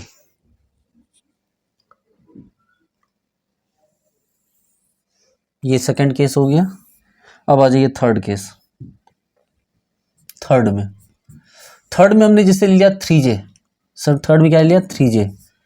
3J 3 तरह का हुआ ना, एक तो 3J हुआ कौन, नॉर्मल, अरे वही sp3 नॉर्मल बॉन्ड वाला। दूसरा कौन हो गया, 3J क्या, सिस। और तीसरा क्या हो गया, 3J क्या आपको, ट्रांस, ठीक है। बच्चों जो 3J सिस होता है, पहले जो 3J ट्रांस होता है मैंने आपको लिखाया 12 से लेके 16 हर्ट्ज। 3J सिस जो होता है उसका वैल्यू होता है आपको 8 से लेके 12 हर्ट्ज, ठीक है। और जो 3J नॉर्मल होता है ये लगभग 6 से 8 या 4 से 8 हर्ट्ज के बीच होता है इसका, ठीक है, 6 से 8 हर्ट्ज। ये क्या हो जाता है बच्चों, लगभग 6 से 8 हर्ट्ज के बीच इसका वैल्यू आता है, कोई बात नहीं। और नंबर 4 पे आ जाइए बच्चों ये सिस ट्रांस आप समझ सकते हैं।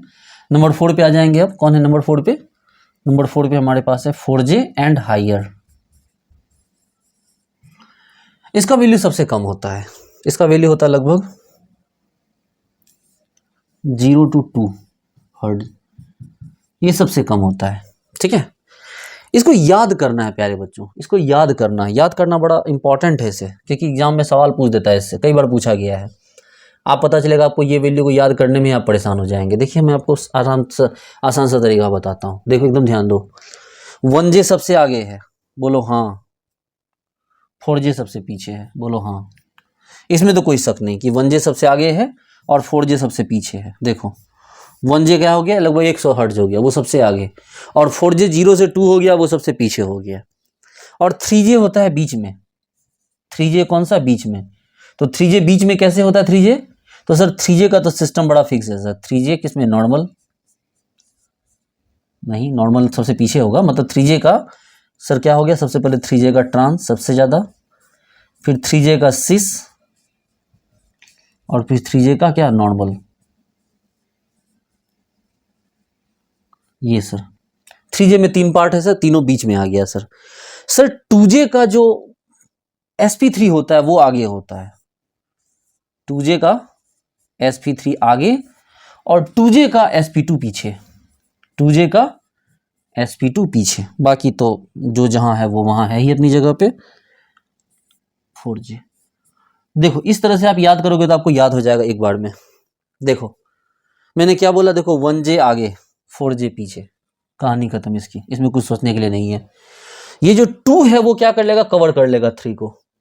तो 2J का जो sp3 है उसका वैल्यू ज्यादा होता है, लगभग 18 हर्ट्ज के आसपास, तो वो आगे आ जाएगा। और 2J का जो sp2 होता है वो सबसे क्या होता है, आपको सबसे पीछे चला जाएगा। देखो 2 से 4, और बीच में 3J जो होगा वो फैल जाएगा। 3J ट्रांस क्या हो गया आपको, 3J ट्रांस 12 से 16, 3J सिस 8 से 12, और 3J जो नॉर्मल हो गया वो क्या हो गया, 6 से 8 हो गया। ये डाटा आ जाता है। इसको आपको 4-5 बार लिखना है ताकि ये वैल्यू आपको याद हो जाए। ये वैल्यू क्यों जरूरी है, क्योंकि जब सवाल आएंगे तो उसमें ये वैल्यू इस तरह दिए हुए होंगे, आपको देख के ही पता चल जाएगा कि आपको कौन सा पूछा जा रहा है। सपोज करो एक एग्जांपल मैं आपको दे दूं, ये देखो कार्बन सी डबल बॉन्ड, ये CH3 है, ठीक है, ये आपको CH डबल बॉन्ड CH, ये C, ऐसे नहीं, इसको ऐसे बना दिया जाए,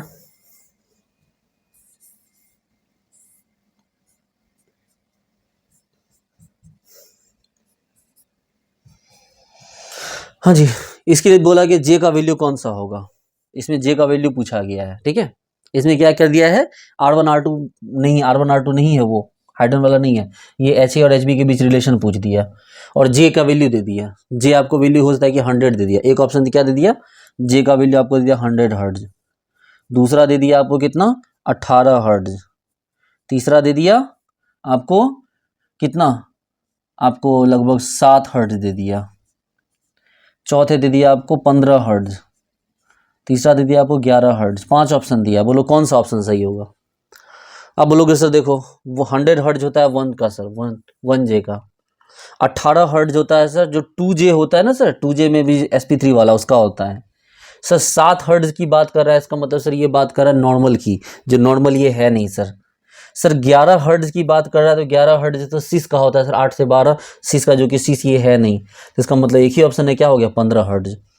तो इस तरह का सवाल आपसे पूछेगा, अभी सवाल आएगा, डोंट वरी, इसको सीख लो। अगर आपने कभी JRF का पेपर दिया हो, कभी गेट का पेपर दिया तो आपने देखा हो कि J मतलब NMR के क्वेश्चन में तो J वाला J वैल्यू आता ही आता है, वो J वैल्यू के बिना वो कंप्लीट ही नहीं करेगा क्वेश्चन को, और बच्चे J वैल्यू में ही जाके दम तोड़ देते हैं, जबकि J देखते ही मॉलिक्यूल पता चल जाना है। जब हम क्वेश्चन करेंगे कि J वैल्यू को देखते ही कंपाउंड जो होगा वो बिल्कुल हाथ छोड़ देगा, हाँ भैया यही है, मतलब यही है, ठीक है। तो इसको याद करने का तरीका मैंने क्या बोला, बहुत आसान तरीका। देखो मैंने बोला कि बच्चों एक काम करो, देखो 1J को रखो सबसे आगे और 4J को रखो सबसे पीछे, ये सबसे आगे 1 सबसे आगे 4 सबसे पीछे, 3 का सबसे देखो 3J ट्रांस 3J सिस 3J नॉर्मल, पता है आपको 3J ट्रांस 3J सिस और 3J नॉर्मल, ये तो फिक्स हो गया। और यहाँ क्या लिखना है आपको, यहाँ तो सर यहाँ 2J का कौन होगा सर, sp2, बस इतना, यही चीज़ आपको याद रखना है। और यहाँ 2J का कौन होगा, sp3, और वो भी जब 4-5 बार देखेंगे तो आपको याद हो जाएगा सर sp3 यहाँ पर, सॉरी यहाँ sp2, आप देखोगे तो आपको याद हो जाएगा सर sp3 वाले का जो वैल्यू होता है वो 18 हर्ट्ज होता है, जबकि sp2 वाले का वैल्यू 2 से 4 होता है। इसको 10 बार लिखो, ये आपको याद हो जाएगा। क्या फिर से मेरे साथ बोलो, एक बार मेरे साथ बोलिए प्यारे बच्चों, 1J 100 hertz, 1J 100 hertz, 1J 100 hertz, 1J, इस बच्चा लोग पढ़ता है ना, A for apple, B for ball, C for cat. आप भी पढ़िए, बोलिए बोलिए, वहाँ कहीं भी बैठे हुए हैं, परवाह मत कीजिए कौन देख रहा है, आप बोलिए मेरे साथ 1J 100 hertz, 1J 100 hertz, 1J 100 hertz, बोलिए। अभी बोलेंगे जोर से बोलो तो चलो जय माता दी, ये बोलेंगे जोर से बोलो इसको तो नहीं बोलोगे आप। चलो 1J क्या हो गया 100 हर्ट्ज। 2J में 2 चीज है, sp2 sp3, sp3 पहले याद करो, sp3 ज्यादा है, सीक्वेंस से आप भी याद करो, आप उल्टा पुल्टा याद मत करो। देखो क्या हो गया ये 18, sp3 क्या होगा 18, sp3 क्या हो गया 18, sp3 क्या हो गया 18, sp3 क्या हो गया 18। देखो इसी को याद, यही चीज़ याद नहीं होगा, ये तो याद हो जाएगा, तो यही याद नहीं होगा। पता है इसको याद करने का तरीका मैं आपको सिखा देता हूँ। देखो sp3 क्या होता है, सैचुरेट होता है ना, आज़ाद होता है चारों बॉन्ड। और आज़ादी कब मिलती है, 18 की उम्र में मिलती है इंसान को। क्या, जब इंसान 18 की उम्र में जाता है तब उसे आज़ादी मिल जाती है। तो इसलिए जब भी sp3 की बात होगी, जब 2J की बात होगी, sp3 की बात होगी, तब तुरंत बोलना कि 18 है, 18 का हो गया ये लगता है। इसलिए sp3 क्या होता है, सबसे ज़्यादा होता है। तो ये अब आसान हो गया, अब आपको बस इतना से याद होगा, अब आसान हो गया, क्योंकि ये तो एक सीक्वेंस है। ट्रांस 12 से 16, सिस 8 से 12, और नॉर्मल हो गया 6 से 8, यानी 6 से 8, 8 से 12, 12 से 16। इसको याद रखना तो बहुत आसान है 3J वाले को। इसका तो कोई सेंस ही नहीं है, तो 0 से 2 सबसे लास्ट होता है, यही चीज़ फंसा देता है आपको। तो आप इसको ऐसे याद रखना कि 2J है जब आज़ाद होगा, 18 का हो चुका होगा। आज़ाद मतलब sp3, और 2J का एक क्या हो गया, 18 साल का हो गया। तो इस चीज़ को दोबारा से लिखो, मैं दिखाता हूँ। 1 सेकंड लगेगा अब लिखने, 1 सेकंड नहीं, मतलब 1 मिनट में आप लिख लोगे। अब कुछ भी आपको सोचना नहीं पड़ेगा, मेरे साथ लिखिए। 1J बोलोगे सर 100 के आसपास। 2J sp2 ले लीजिए सर, अभी आज़ाद नहीं हुआ है, पहले sp3 को लीजिए। हमने ठीक है sp3 को ले लेते हैं 18। अब बिना आज़ाद वाला sp2 वाले को ले लीजिए सर 2J में, वो कितना हो जाएगा सर, 2 से 4 हो जाएगा। वेरी गुड, बहुत अच्छे सर। 3J का तो सीक्वेंस बना हुआ है सर। नॉर्मल होगा तो क्या हो गया 4 से 8, 6 से 8। सिस होगा तो सर क्या हो गया 8 से 12, और ट्रांस होगा तो क्या हो गया सर 12 से 16। वेरी गुड, बहुत अच्छे। अब इधर आ जाइए सर, बोले ठीक है। 4J सर, 4J में करने के लिए कुछ है नहीं सर, ये तो 0 से 2 होता है sir. 4J and higher, 4J होगा चाहे उससे ऊपर वाला होगा, उतने में दम तोड़ देता है, उससे ऊपर क्या जाएगा वो। और पूछेगा क्या, यही से पूछेगा आपको। लेकिन इसका ये वैल्यू आपको याद रखना है कि sp3 आज़ाद होगा उस समय 18 का हो चुका होगा। ओके, तो प्यारे बच्चों, ये क्वेश्चन आपको समझ में आ गया, ठीक है। अब इसी में मैं आपको एक और चीज़ दिखाना चाहूँगा। ये पहले नोट कर लिए ना, ये क्वेश्चन पहले नोट कर, अच्छा नोट क्या, तो मिटा दिए आपको बोले, तो फिर आप वीडियो में जाके पीछे देख के नोट कर लीजिए। आपको थोड़ी कोई प्रॉब्लम है, आपके लिए क्या प्रॉब्लम है। वीडियो थोड़ा सा पीछे कीजिए, मिल जाएगा, ठीक है। ऐसा कोई डिफिकल्ट बात थोड़ी ना है। ओके, चलो एक क्वेश्चन लेते हैं बच्चों। अब देखिए, C double bond C, HA HB H। अरे सर क्या कर रहे हैं, क्या कर रहे हैं, अरे क्या नहीं कर रहे हैं भाई, सही कर रहे हैं, गौर से देखो, ये रहा आपका, ठीक है। HA HB SC तीनों है। अब इनकी जन्म कुंडली निकालो, थोड़ी सी इनकी कुंडली खंगालो। आप बोलोगे सर जो HA है सर वो HC के साथ कपल कर रहा है सर। तो HA जो हो रहा है क्या कर रहा है, HC के साथ कपल कर रहा है। तो HA HC के साथ कैसे कपल कर रहा है सर, तो D थोड़ा डबलेट करेगा कपल। लेकिन यही HA HB के साथ भी कपल कर रहा है डबल, तो सर डबलेट डबलेट हो गया। वेरी गुड, तो HA क्या हो गया बच्चों, डबलेट डबलेट। जबकि HC सिर्फ HA के साथ कपल कर रहा है तो ये कहलाएगा डबलेट, और ये HB सिर्फ इस HC के साथ कपल कर रहा है सर, तो ये भी क्या कहलाएगा, डबलेट। जबकि ये HA जो है वो क्या होगा, इसके साथ भी इसके साथ भी, दोनों नॉन इक्विवेलेंट है, तो क्या कहलाएगा, डबलेट डबलेट। याद कीजिए केस नंबर 3। Very good. अच्छा, कपलिंग कांस्टेंट का वैल्यू भी देख ही ले इसी बात पे, जब इतना कुछ देख लिया सर, तो कपलिंग कांस्टेंट का वैल्यू देखिए सर, आपको मोह रोक कौन रहा है। देखो ये क्या हो गया बच्चों, 1 2 3, तो ये क्या हो गया बच्चों, 3J क्या हो गया, 3J। और 3J में कौन हो गया, सिस हो गया सर। ये जो होगा आपको 8 से 12 के बीच हो जाएगा। Very good. इसका क्या होगा सर, ये sp2 है सर, बहुत खराब आएगा सर। ये 2J होगा सर, और इसका वैल्यू 2 से 4 के बीच आ जाएगा। अरे कितना सुंदर, कितने तेज बच्चे हैं आप लोग। अब तो आप लोगों को कुछ सोचना है ही नहीं। बोलो, आई बात समझ में। और बोलो सर एक काम करो सर, अभी एक चीज और बच गया। हाँ, एक चीज और बच गया, क्या कि सर ये जो HC है ना सर, ये वाला इससे भी कपल करेगा सर, ठीक है। ये जो HC है सर, ये इससे भी कपल करेगा। गौर से देखो, ये ट्रांस वाले से भी करेगा। अगर ये सिस वाले से कर रहा था तो ये एक ही साथ कर सकता है, कोई भी कर सकता है। अगर ये सिस के साथ कर रहा तो क्या कर रहा है, ट्रांस के साथ भी कर लेगा अब ये। तो अगर ये ट्रांस के साथ करेगा तो गौर देखो तो क्या हुआ, ये भी तो डबलेट ही हुआ। ये भी क्या हो गया, गौर देखो तो ये भी तो डबलेट हुआ। देखो ध्यान दो, तो ये भी क्या हो गया, डबलेट ही तो हुआ। अरे ये क्या हो गया, डबलेट 1 2 3। तो इसके साथ क्या कर रहा है, डबलेट कर रहा है, क्योंकि देखो ना ये अलग है ये अलग है ना, तो इसके साथ क्या करेगा, अलग करेगा, इसके साथ अलग से करेगा। तो क्या हो गया बच्चों, तो ये इसके लिए J का वैल्यू क्या हो गया, तो J का वैल्यू हो गया 12 से कितना, 16, ठीक है। तो J का वैल्यू क्या हो गया, 12 से लेके 16 हो गया। आप बोलोगे सर ये भी तो इसका मतलब फिर यही अकेले डबलेट नहीं हुआ, ये भी डबलेट डबलेट हुआ। बिल्कुल सही बात है, कौन रोक रहा है आपको? लो डबलेट डबलेट, ये भी क्या हो गया? डबलेट डबलेट, यानी सभी डबलेट। देखो इसके साथ भी कर रहा है, इसके साथ भी कर रहा है, ये भी इसके साथ भी कर रहा है, इसके साथ भी कर रहा है, ये भी इसके साथ भी कर रहा है, इसके साथ भी कर रहा है। बाकी मेनली जे का वैल्यू आपके लिए निकालना, जे का वैल्यू। तो जे ट्रांस, इसके बीच में कितना हो गया? ट्रांस है तो क्या हो गया? 12 से 16 हर्ट्ज। इसके बीच सिस है तो क्या हो गया? 8 से 12 हर्ट्ज। और यहाँ से यहाँ क्या कर रहा है? 2 से 4 हर्ट्ज। बोलिए कोई तकलीफ? नहीं जी। ये सवाल खूब पूछता है बच्चों, इस सवाल के लिए तैयार रहिएगा, इस सवाल के लिए आप तैयार रहिएगा, ठीक है। एक लास्ट क्वेश्चन करते हैं, एक क्वेश्चन देख लेते हैं जहां हम कपलिंग कांस्टेंट और सारा एक साथ जरा जे वैल्यू को टेस्ट आउट कर लेते हैं, परेशान मत होइए। ओ CH3 HA HB HC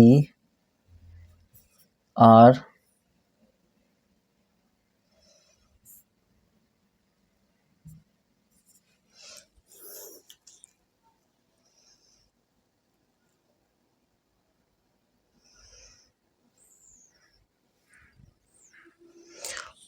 नहीं लेते हैं, कुछ ले लेते हैं ढंग का। यहाँ मान लो Cl ले लेते हैं और यहाँ पे ले लेते हैं हम OCH3। बच्चों एकदम देखो बहुत आसान सी बात। अब हम जे वैल्यू को फुल्ली इंट्रोड्यूस करने जा रहे हैं, ठीक है। हर जगह जे वैल्यू लेंगे अब हम। देखो बड़ी आसान सी बात है, ये जो HB है ध्यान दीजिए, ये डबल बॉन्ड के थ्रू है ना, तो इसके साथ ये कपल कर रहा है। क्या यहाँ जो कपलिंग हो रही है वो क्या हो रही है? 3J कपलिंग हो रही है। कौन सी कपलिंग हो रही है बच्चों? 3J कपलिंग हो रही है। जबकि यहाँ देखिए आपको एक W दिख रहा है, बिग W, तो इसका मतलब ये यहाँ भी कर रहा है 1 2 3 4, तो ये क्या हो गया? 4J कपलिंग हो रहा है। गौर से देखिए क्या हो गया आपको, यहाँ पर एक 4J कपलिंग हो रहा है। तो बेसिकली ये जो HC है ये सिर्फ इसके साथ कपल कर रहा है, तो ये डबलेट हो रहा है। ये HA है ये सिर्फ HB के साथ कपल कर रहा है, तो ये भी डबलेट हो रहा है। लेकिन ये HB इसके साथ भी कपल कर रहा है, इसके साथ भी कपल कर रहा है, इसका मतलब ये डबलेट डबलेट हो रहा है। गौर से देखिए, ये HC HB के साथ कपल किया तो डबलेट, HA HB के साथ कपल किया तो वो भी डबलेट, लेकिन HB HC और HA दोनों के साथ कपल कर रहा है तो क्या हो गया? Doublet doublet. बोलो वैल्यू लिखना चाहते हो वैल्यू लिख लो। देखो आपके पास क्या हो गया? नहीं वैल्यू इस तरह डायरेक्ट नहीं लिखेंगे, वो दिया रहेगा तब आप उसको डिसाइड करना। डायरेक्ट हम क्यों नहीं लिखना चाह रहे? आप पूछो क्यों? क्योंकि देखो हमारे पास ये पार्शियल बॉन्ड है ना, पार्शियल बॉन्ड का एग्जैक्ट वैल्यू अभी तक हमारे पास कुछ है नहीं, वो दे देगा आपको, वो आप देगा। लेकिन आपको अगर ये पता चले किसका वैल्यू ज्यादा किसका वैल्यू कम होगा तो फिर आप आसान है समझना। जैसे देखो ना, ये कौन हो गया? ये जो वैल्यू है बच्चों गौर से देखो, ये 3J। आपको तो ये तो पता है कि 3J का जो भी वैल्यू होगा वो 4J तो ज्यादा ही होगा ना। अब एक जगह मान लो दे देगा आपको, एक जगह दे देगा 16 और एक जगह दे देगा आपको 0.5, तो आप तो इतना तो समझ ही जाओगे ना कि 16 वाले इसके लिए है और 0.5 इस वाले के लिए है। क्या तो भाई इसमें क्या हो गया? इसने HB डबलेट डबलेट, ये HA डबलेट, ये HC डबलेट, ठीक है। और अब ये मत बोलना कि यहां से यहां करवा दो, इतना दूर नहीं होता है। 1 2 3 4 5 6 इतना, 1 2 3 4 5 इतना दूर नहीं होगा। ये कपल नहीं होगा, HA और HC कपल नहीं होगा, HB कपल होगा। HA के साथ लिख लो, HB couples with HA and HC, hence doublet doublet. लिखो इस बात को, HB couple with HA and HC, hence doublet doublet. HA couples only with HB, hence doublet. HC couples with HB only, hence doublet.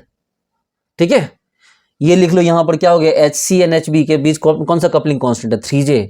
HB HA के बीच कौन सा coupling constant है? आपको 4J। आपको पता है कि ये जो वैल्यू होगा कपलिंग कांस्टेंट J किसका? HB और HC के बीच का, ये बहुत ज्यादा होगा किससे? कपलिंग कांस्टेंट ऑफ किसका? आपको HA और HB क्या? ये सब तो बच्चों वाली चीजें हैं। तो बच्चों नेक्स्ट क्लास हम लोग अब करेंगे इसके क्वेश्चंस, धुआंधार क्वेश्चन करेंगे, फोड़ फाड़ के रख देंगे इसके सारे क्वेश्चंस। उम्मीद करता हूँ यहाँ तक आपको सारी बातें समझ में आ गई होगी। कपलिंग कांस्टेंट को लेके कोई भी डाउट आपके दिमाग में अब नहीं बचा होगा, ठीक है। मेनली इस चार्ट को याद रखिएगा, ये चार्ट ही आपका हर जगह काम आएगा। कहाँ गया चार्ट? अच्छा वो चार्ट तो मैंने मिटा दी है, कोई ना, आपकी कॉपी में वो चार्ट नोट होगा, उस चार्ट को अच्छे से कीजिएगा। बाकी सारी बात आपको, सारे पॉइंट आपको एक बार जाके इसको शॉर्ट नोट्स बनाइए कॉपी का, जो जो मैंने पढ़ाया सब लिखिए। Hello dear friends, chemistry base Siddhant आप सभी के लिए लेकर आया है very advance and futuristic batch for CSI या JRF नेट एंड गेट 2026। बच्चों इस वीडियो की डिस्क्रिप्शन बॉक्स में एक गूगल ड्राइव का लिंक है, जहाँ पर आपको कंप्लीट स्टडी मटेरियल मिल जाएंगे, previous year question, assignment, class notes, books, other class notes. बच्चों यहाँ पर जो आपको क्लास नोट्स मिलेंगे ये वो क्लास नोट्स होंगे जिनके बिहाफ पे जो एप्लीकेशन पे क्लासेज चली हैं, वीडियो क्लासेज, उनके जो नोट्स होंगे बच्चों वो यहाँ पर आपको प्रोवाइड कर दिए जाएंगे। ठीक है बच्चों, ये बहुत इंपॉर्टेंट बैच है, आप बने रहिए। ये बैच आपके लिए बिल्कुल लाइफ चेंजिंग होने वाला है, क्योंकि इस बैच के साथ सबसे बड़ी खासियत ये है कि इस बैच में आपको with 10 days 100% free refund policy को यूज़ किया गया है। यानी कि आप 10 डेज तक जो है बच्चों, अगर आपको कोर्स पसंद नहीं आता है किसी भी कंडीशन में, तो आप 100% फीस रिफंड ले सकते हैं। ठीक है, इसके साथ आपको कंप्लीट टेस्ट सीरीज आपको प्रोवाइड कर दी गई है। इसके अलावा आपको कंप्लीट फ्री स्टडी मटेरियल जो बच्चों वो दिया गया है, और ये सभी कुछ जो है वो एक लीगल बॉन्ड पेपर पर मेंशन किया गया है। बच्चों this is me, chemistry by Siddhant, doctor P K Siddhant sir, JRF and GATE and chemistry by Siddhant एक यूट्यूब चैनल है, और साथ में एक एंड्रॉयड प्ले स्टोर एप्लीकेशन भी है, an academy of CSI and NET JRF GATE and IIT JEM, okay, in chemical science. बच्चों ये एक एग्रीमेंट पेपर यानी एक बॉन्ड पेपर है। इस बॉन्ड पेपर की खासियत आप देख सकते हैं कि ये जो बॉन्ड पेपर है बच्चों, इस बॉन्ड पेपर को NCT में इशू करवाया गया है। ठीक है, दिल्ली में आप देख सकते हैं, यहाँ मेरा नाम अवेलेबल है। इसको मैंने इशू करवाया 7 जुलाई को, और ये मेरा सिग्नेचर है। ठीक है, और जहाँ तक बात करें इसमें क्या लिखा हुआ है, तो आप देख सकते हैं सबसे पहले मेरा नाम, मेरा एड्रेस, और यहाँ जो डिक्लेरेशन है मेरी तरफ से जिसके साथ मैं अबाइड हूँ पूरी तरह से, वो ये है कि that if any student who purchase course from chemistry by Siddhant application, if not comfortable with course with in 10 days after purchase and want refund, then I will return his 100% fee. Okay, कि कोई भी बच्चा अगर admission लेता है और वो 10 days के अंदर अपनी फ़ीस को रिटर्न करवाना चाहता है, तो मैं उसकी 100% फ़ीस उसको रिफ़ंड कर दूंगा, उसको 1 रुपये भी उसके कट नहीं करूँगा। हालांकि इसमें मेरा नुकसान है, नुकसान ये है कि मुझे GST अपने पैकेट से देनी पड़ेगी, इंटरनेट हैंडलिंग चार्ज अपने पैकेट से देना पड़ेगा, एप्लीकेशन वाले को अलग से देना पड़ेगा, बट इट्स ओके। मुझे अपने कंटेंट पे इतना बिलीव है, अपने हार्ड वर्क पे, अपने वीडियोज़ की क्वालिटी पे इतना बिलीव है कि मैं इस जो है रिस्क को लेने के लिए बिल्कुल तैयार हूँ। और आपको बिल्कुल आप इस चीज़ के लिए एश्योर्ड रहिए कि अगर आपको फ़ीस वापस चाहिए होगी तो वो फ़ीस मैं आपको वापस करूँगा बिना किसी क्वेश्चन के। हाँ, एक छोटी सिचुएशन ये है कि आपको स्टूडेंट को क्या करना है, बस 10 घंटे का वॉच टाइम वहाँ दिखा देना है, क्योंकि मान लिया ऐसे स्टूडेंट भी आ जाएँ जो केमिस्ट्री से उनका दूर दूर तक कोई वास्ता ना हो, ऐसे बच्चे एडमिशन लें फिर एडमिशन कैंसिल करें, तो ऐसे बच्चों के लिए मेरे पैसे वेस्ट हों, ये तो अच्छी बात नहीं है। इसलिए मैंने रख दिया है कि किसी भी स्टूडेंट को रिफंड के लिए 10 आवर का जो वॉच टाइम है वो कंप्लीट होना चाहिए। ठीक है, चलो कोई ना, 10 आवर 10 डेज में 10 आवर कोई बहुत बड़ा डील नहीं है, कोई बहुत बड़ी डील नहीं है 10 डेज में 10 hour. Okay, second that I will provide following facilities to student during his course tenure. क्या क्या कोर्स टेन्योर में उनको दूंगा, 700+ hour total video content of course. ठीक है, कि 700 घंटे से ज़्यादा का उनको कंटेंट दूंगा मैं। Previous year question video solution, previous year question की वीडियो सॉल्यूशन मिलेगी उन्हें। PDF ऑफ क्लास नोट्स, ठीक है, PDF ऑफ क्लास नोट्स मिलेगा उन्हें, वो तो खैर मैं आपको अभी दे दूंगा। कंप्लीट टेस्ट सीरीज मिल जाएगी बच्चों, वो मैं आपको अभी प्रोवाइड कर दे रहा हूँ। Assignment of PYQ and PDF ये भी मैं आपको अभी दे दे रहा हूँ। Chemistry books in PDF format ये भी मैं आपको अभी दे दे रहा हूँ। That I will return 100% fees with gift to successful student. ठीक है, मैं जो भी स्टूडेंट सक्सेसफुल होंगे उनको मैं 100% फी रिफंड करूँगा और साथ में उनको गिफ्ट दूंगा। खैर ये तो जब बच्चे सक्सेसफुल हो जाएंगे तो वो ऐसे ही लखपति बन जाएंगे, उनके लिए ये थोड़ी बहुत फीस रिटर्न का कोई सेंस नहीं बन जाता, बट मैं अपने वर्ड पे कायम रहूँगा। That I will provide full support till government job selection of student for 5 year और लाइफ टाइम बेस्ट सब्सक्राइबर। जो भी लॉन्ग टर्म बच्चे जुड़ेंगे उनको लाइफ टाइम जो है मैं सपोर्ट प्रोवाइड करूँगा, चाहे इंटरव्यू के लिए हो, चाहे किसी भी टाइप का उन्हें सपोर्ट चाहिए वो मैं प्रोवाइड करूँगा। This is my signature. ठीक है, ओके बच्चों, यहाँ से बात करते हैं अपने कोर्स के ऊपर। ठीक है, सबसे पहले कोर्स में आता है मेरा ऑर्गेनिक केमिस्ट्री। बहुत ही बेहतरीन ढंग से पढ़ाया गया बच्चों। 10 सेकंड में क्वेश्चन ब्रेक करना सिखाया गया, किस तरह से आप बड़े से बड़े क्वेश्चन को 10 सेकंड में ब्रेक कर सकते हैं। इसके अलावा बच्चों इनऑर्गेनिक केमिस्ट्री सिखाई गई है। इनऑर्गेनिक केमिस्ट्री में भी आपको इसी तरह से डीप अंडरस्टैंडिंग दी गई है ताकि आप बिल्कुल देखते ही क्वेश्चंस को आप कर दें। इसके अलावा बच्चों फिजिकल केमिस्ट्री प्रोवाइड की गई है। Physical chemistry mathematical approach use किया गया है और बहुत आराम से सिखाया गया ताकि ऑर्गेनिक मतलब चाहे बायो बैकग्राउंड के बच्चे हो चाहे मैथ बैकग्राउंड के बच्चे, उन्हें पूरी तरह से बात समझ में आ जाए। एक बात मैं और बता देना चाहूँगा बच्चों, अगर ये मंथ चल रही है जुलाई 2025, इस समय मैंने 50% के आसपास कोर्स कंप्लीट किया है। आने वाले 3 महीने में बाकी का जो कोर्स है बच्चों वो भी कंप्लीट हो जाएगा। ठीक है, बाकी का जो कोर्स बचा हुआ है वो भी आपका कंप्लीट हो जाएगा, क्योंकि ये एक दिन का प्रोसेस नहीं होता। यहाँ पे आपको ऑलमोस्ट अभी लगभग 400 घंटे की वीडियो प्रोवाइड की जा रही है। 400 घंटे की वीडियो बनाना उसे काफ़ी टाइम लगता है। बाकी की लगभग यहाँ पर 300 घंटे का वीडियो और ऐड होना है, मतलब 60-65% सिलेबस हो चुका है। कुछ वीडियो और बनने हैं तो वो करके आपको आई थिंक अक्टूबर के फर्स्ट वीक तक आपको कंप्लीट सिलेबस आपको पूरा कर दिया जाएगा। यानी यहाँ से 2.5 से 3 महीने का टाइम मुझे और चाहिए ताकि बाकी का सिलेबस मैं कंप्लीट कर सकूँ। तो आप साथ के साथ पढ़ते जाइए, बाकी का सिलेबस अपना कंप्लीट होता रहेगा। इसके अलावा बच्चों बात करते हैं स्पेक्ट्रोस्कोपी। बहुत ही ढंग से पढ़ाई गई स्पेक्ट्रोस्कोपी, ताकि आपको किसी भी तरह कोई डाउट इसमें ना बचा रह जाए। इसके बाद कुछ चैप्टर्स की बात करें बच्चे, जैसे हमारे पास जीओसी है, बायोऑर्गेनिक केमिस्ट्री है, पेरीसाइक्लिक केमिस्ट्री है, stereo chemistry, reagents, reaction mechanism, photo chemistry, organometric chemistry, quantum chemistry, electrochemistry, nuclear chemistry, advance group theory, chemistry व सिद्धांत की तरफ से thermodynamics, chemical kinetics, mass spectrometry, IR spectroscopy, 1H NMR, 13C NMR, inorganic NMR।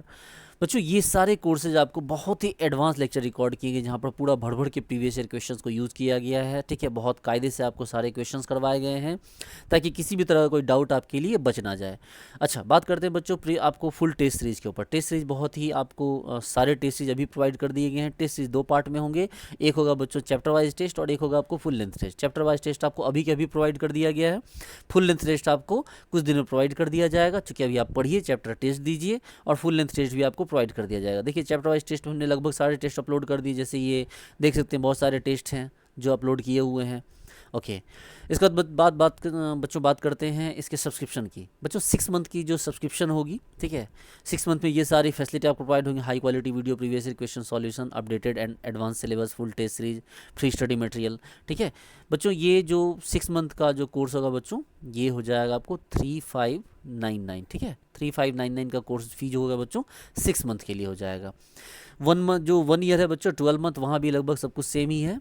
ठीक है, सब कुछ same ही है। इसकी जो फीस होगी बच्चों वो होगी 4599। ठीक है, ओके। इसके अलावा बच्चों 3 ईयर सब्सक्रिप्शन। 3 ईयर सब्सक्रिप्शन में एक एक्स्ट्रा चीज़ ये है कि यहाँ पर access to all new batches, इस 3 साल में जितने भी नए बैचेज बनेंगे सभी में आपको एक्सेस दिया जाएगा। और इसकी जो फीस है बच्चों वो है 7999। ठीक है, ये इसकी फ़ीस है। और सबसे लास्ट में जो मास्टर बैच है हमारा लाइफ टाइम सब्सक्रिप्शन, इसकी मिनिमम सब्सक्रिप्शन 10 ईयर की होगी, बाद में फिर से और एक्सटेंड किया जाएगा आपकी रिक्वेस्ट पे। ठीक है, तो इस बैच की जो फीस होगी वो होगी 11999। इस बैच की जो फीस होगी बच्चों 11999, ये फ़ीस होगी इसकी। ओके, इसके अलावा बच्चों असिस्टेंट प्रोफेसर के हमारे पास बैच है जिसकी फ़ीस होगी 5100 रुपीज़ और इसकी जो वैलिडिटी होगी वो 1 साल की होगी। इसके अलावा बच्चों एक फैकल्टी के लिए बैच दिया गया है, बैच फैकल्टी प्रोग्राम। इस बैच की भी जो फीस है बच्चों वो 5100 रुपीज़ है और इसकी भी वैलिडिटी 1 ईयर की होगी। हालांकि ऐसे किसी भी स्टूडेंट के लिए मेरा सजेशन है कि वो लाइफ टाइम सब्सक्रिप्शन बैच ले लें। और बच्चों ये रहा वापस से एग्रीमेंट पेपर। ठीक है, तो ये सब कुछ मैंने यहाँ प्रोवाइड कर रखा है। बच्चों जहाँ तक बात करें कि यहाँ पर कैसे आपको चीज़ें प्रोवाइड की जाएगी, तो आपको मैं सजेस्ट करना चाहूँगा आप सबसे पहले डिस्क्रिप्शन बॉक्स में जाइए। डिस्क्रिप्शन बॉक्स में सबसे पहले तो आपको जो है वो एक गूगल ड्राइव का मिलेगा आपको लिंक। सबसे पहले आपको ड्राइव का लिंक मिलेगा, उस ड्राइव के लिंक पे आपको कंप्लीट स्टडी मटेरियल आपको वहाँ पर मिल जाएंगे। आप उसे डाउनलोड कीजिए और डाउनलोड करके आप उसे अपने पास सेव रखिए। कंप्लीट स्टडी मटेरियल आपको वहाँ उस गूगल ड्राइव के लिंक पे मिल जाएंगे। ओके, नंबर 2 में आपको मिल जाएगा हमारा व्हाट्सएप का ग्रुप। व्हाट्सएप का हमारा ग्रुप मिल जाएगा, व्हाट्सएप ग्रुप का लिंक मिल जाएगा, WhatsApp group link. WhatsApp group के लिंक पे आप क्लिक करेंगे बच्चों और हमारे व्हाट्सएप ग्रुप से जुड़ जाइए। यहाँ पर जितने भी बच्चे हैं उनको मतलब खैर ये एक अलग ग्रुप है, क्योंकि जब आप एडमिशन लेंगे बच्चों, जब आप एडमिशन लेंगे तो वहाँ आपको अलग व्हाट्सएप ग्रुप में डाला जाएगा। ये व्हाट्सएप ग्रुप तो एक नॉर्मल व्हाट्सएप ग्रुप है एडवर्टीजमेंट वगैरह के लिए या मेरे से कॉन्टैक्ट के लिए। लेकिन आपको व्हाट्सएप ग्रुप बना के उसमें जब आप सिलेबस परचेज करेंगे तो वहाँ जो व्हाट्सएप ग्रुप बनाया जाएगा उस व्हाट्सएप ग्रुप में आपको कम्प्लीटली इस तरह से मैनेज किया जाएगा कि आपको वहाँ जितने भी क्वेश्चन आप डालेंगे, यहाँ हमारे पास फैकल्टी होंगे, डाउट फैकल्टी, वो आपके डाउट सॉल्व किया करेंगे। इसके अलावा बच्चों हमारे पास केमिस्ट्री व सिद्धांत के एप्लीकेशन का लिंक डाला हुआ है जो सबसे इंपॉर्टेंट है। आप एप्लीकेशन के लिंक पे क्लिक कीजिए, लिंक पे क्लिक करके आप इसको डाउनलोड कीजिए केमिस्ट्री व सिद्धांत को। हालांकि आप इसे डायरेक्टली प्ले स्टोर पे भी सर्च कर सकते हैं और डाउनलोड कीजिए, और डाउनलोड करके आप इसे लॉगिन कीजिए, लॉगिन करके हमारे कोर्स को परचेज कीजिए। बिल्कुल भरोसे के साथ कीजिए कि अगर आपको कोई प्रॉब्लम हुई तो हम आपको 10 डेज में आपका कोर्स का जो फ़ी है वो वापस कर देंगे। 10 डेज का 11 डे में भी कर देंगे। हमारे लिए पैसा इंपॉर्टेंट नहीं है, हमारे लिए आपका रिजल्ट और ये जो ट्रस्ट जो हमारे बीच बिल्ड हो रहा है ये सबसे इंपॉर्टेंट है। ठीक है, इसके अलावा बच्चों हमारे पास जो टेलीग्राम का लिंक है वो भी आपको वहाँ पर डाला हुआ है। इसके अलावा आप मुझे जो है इंस्टाग्राम पे भी फॉलो कर सकते हैं, खैर वो एक छोटी मोटी बात है। तो डियर फ्रेंड्स, आप एक बार गूगल ड्राइव पे जाइए, आपको वहाँ सारी चीज़ें मिल जाएंगी और आप एप्लीकेशन को डाउनलोड कर लीजिए। डाउनलोड करके आप कोर्स को परचेज कीजिए और पढ़ना स्टार्ट कीजिए और इस वीडियो को अपने ज़्यादा से ज़्यादा फ्रेंड्स तक शेयर कीजिए। ठीक है, ये एग्रीमेंट पेपर आपके पास रहेगा, ये जो बॉन्ड पेपर है ये आपके पास रहेगा, ताकि हम लोगों के बीच जो ट्रस्ट इशू है वो सिर्फ एक जो ट्रस्ट है वो सिर्फ मतलब स्पोकन के फॉर्म में ना हो, ओरल ना हो। ठीक है, ये बिल्कुल आपको एक रिटन फॉर्म में हो। बाकी सारी चीज़ें आपको अवेलेबल जैसा मैंने बोला है वैसे ही की जाएगी। Okay dear students, thank you so much, bye.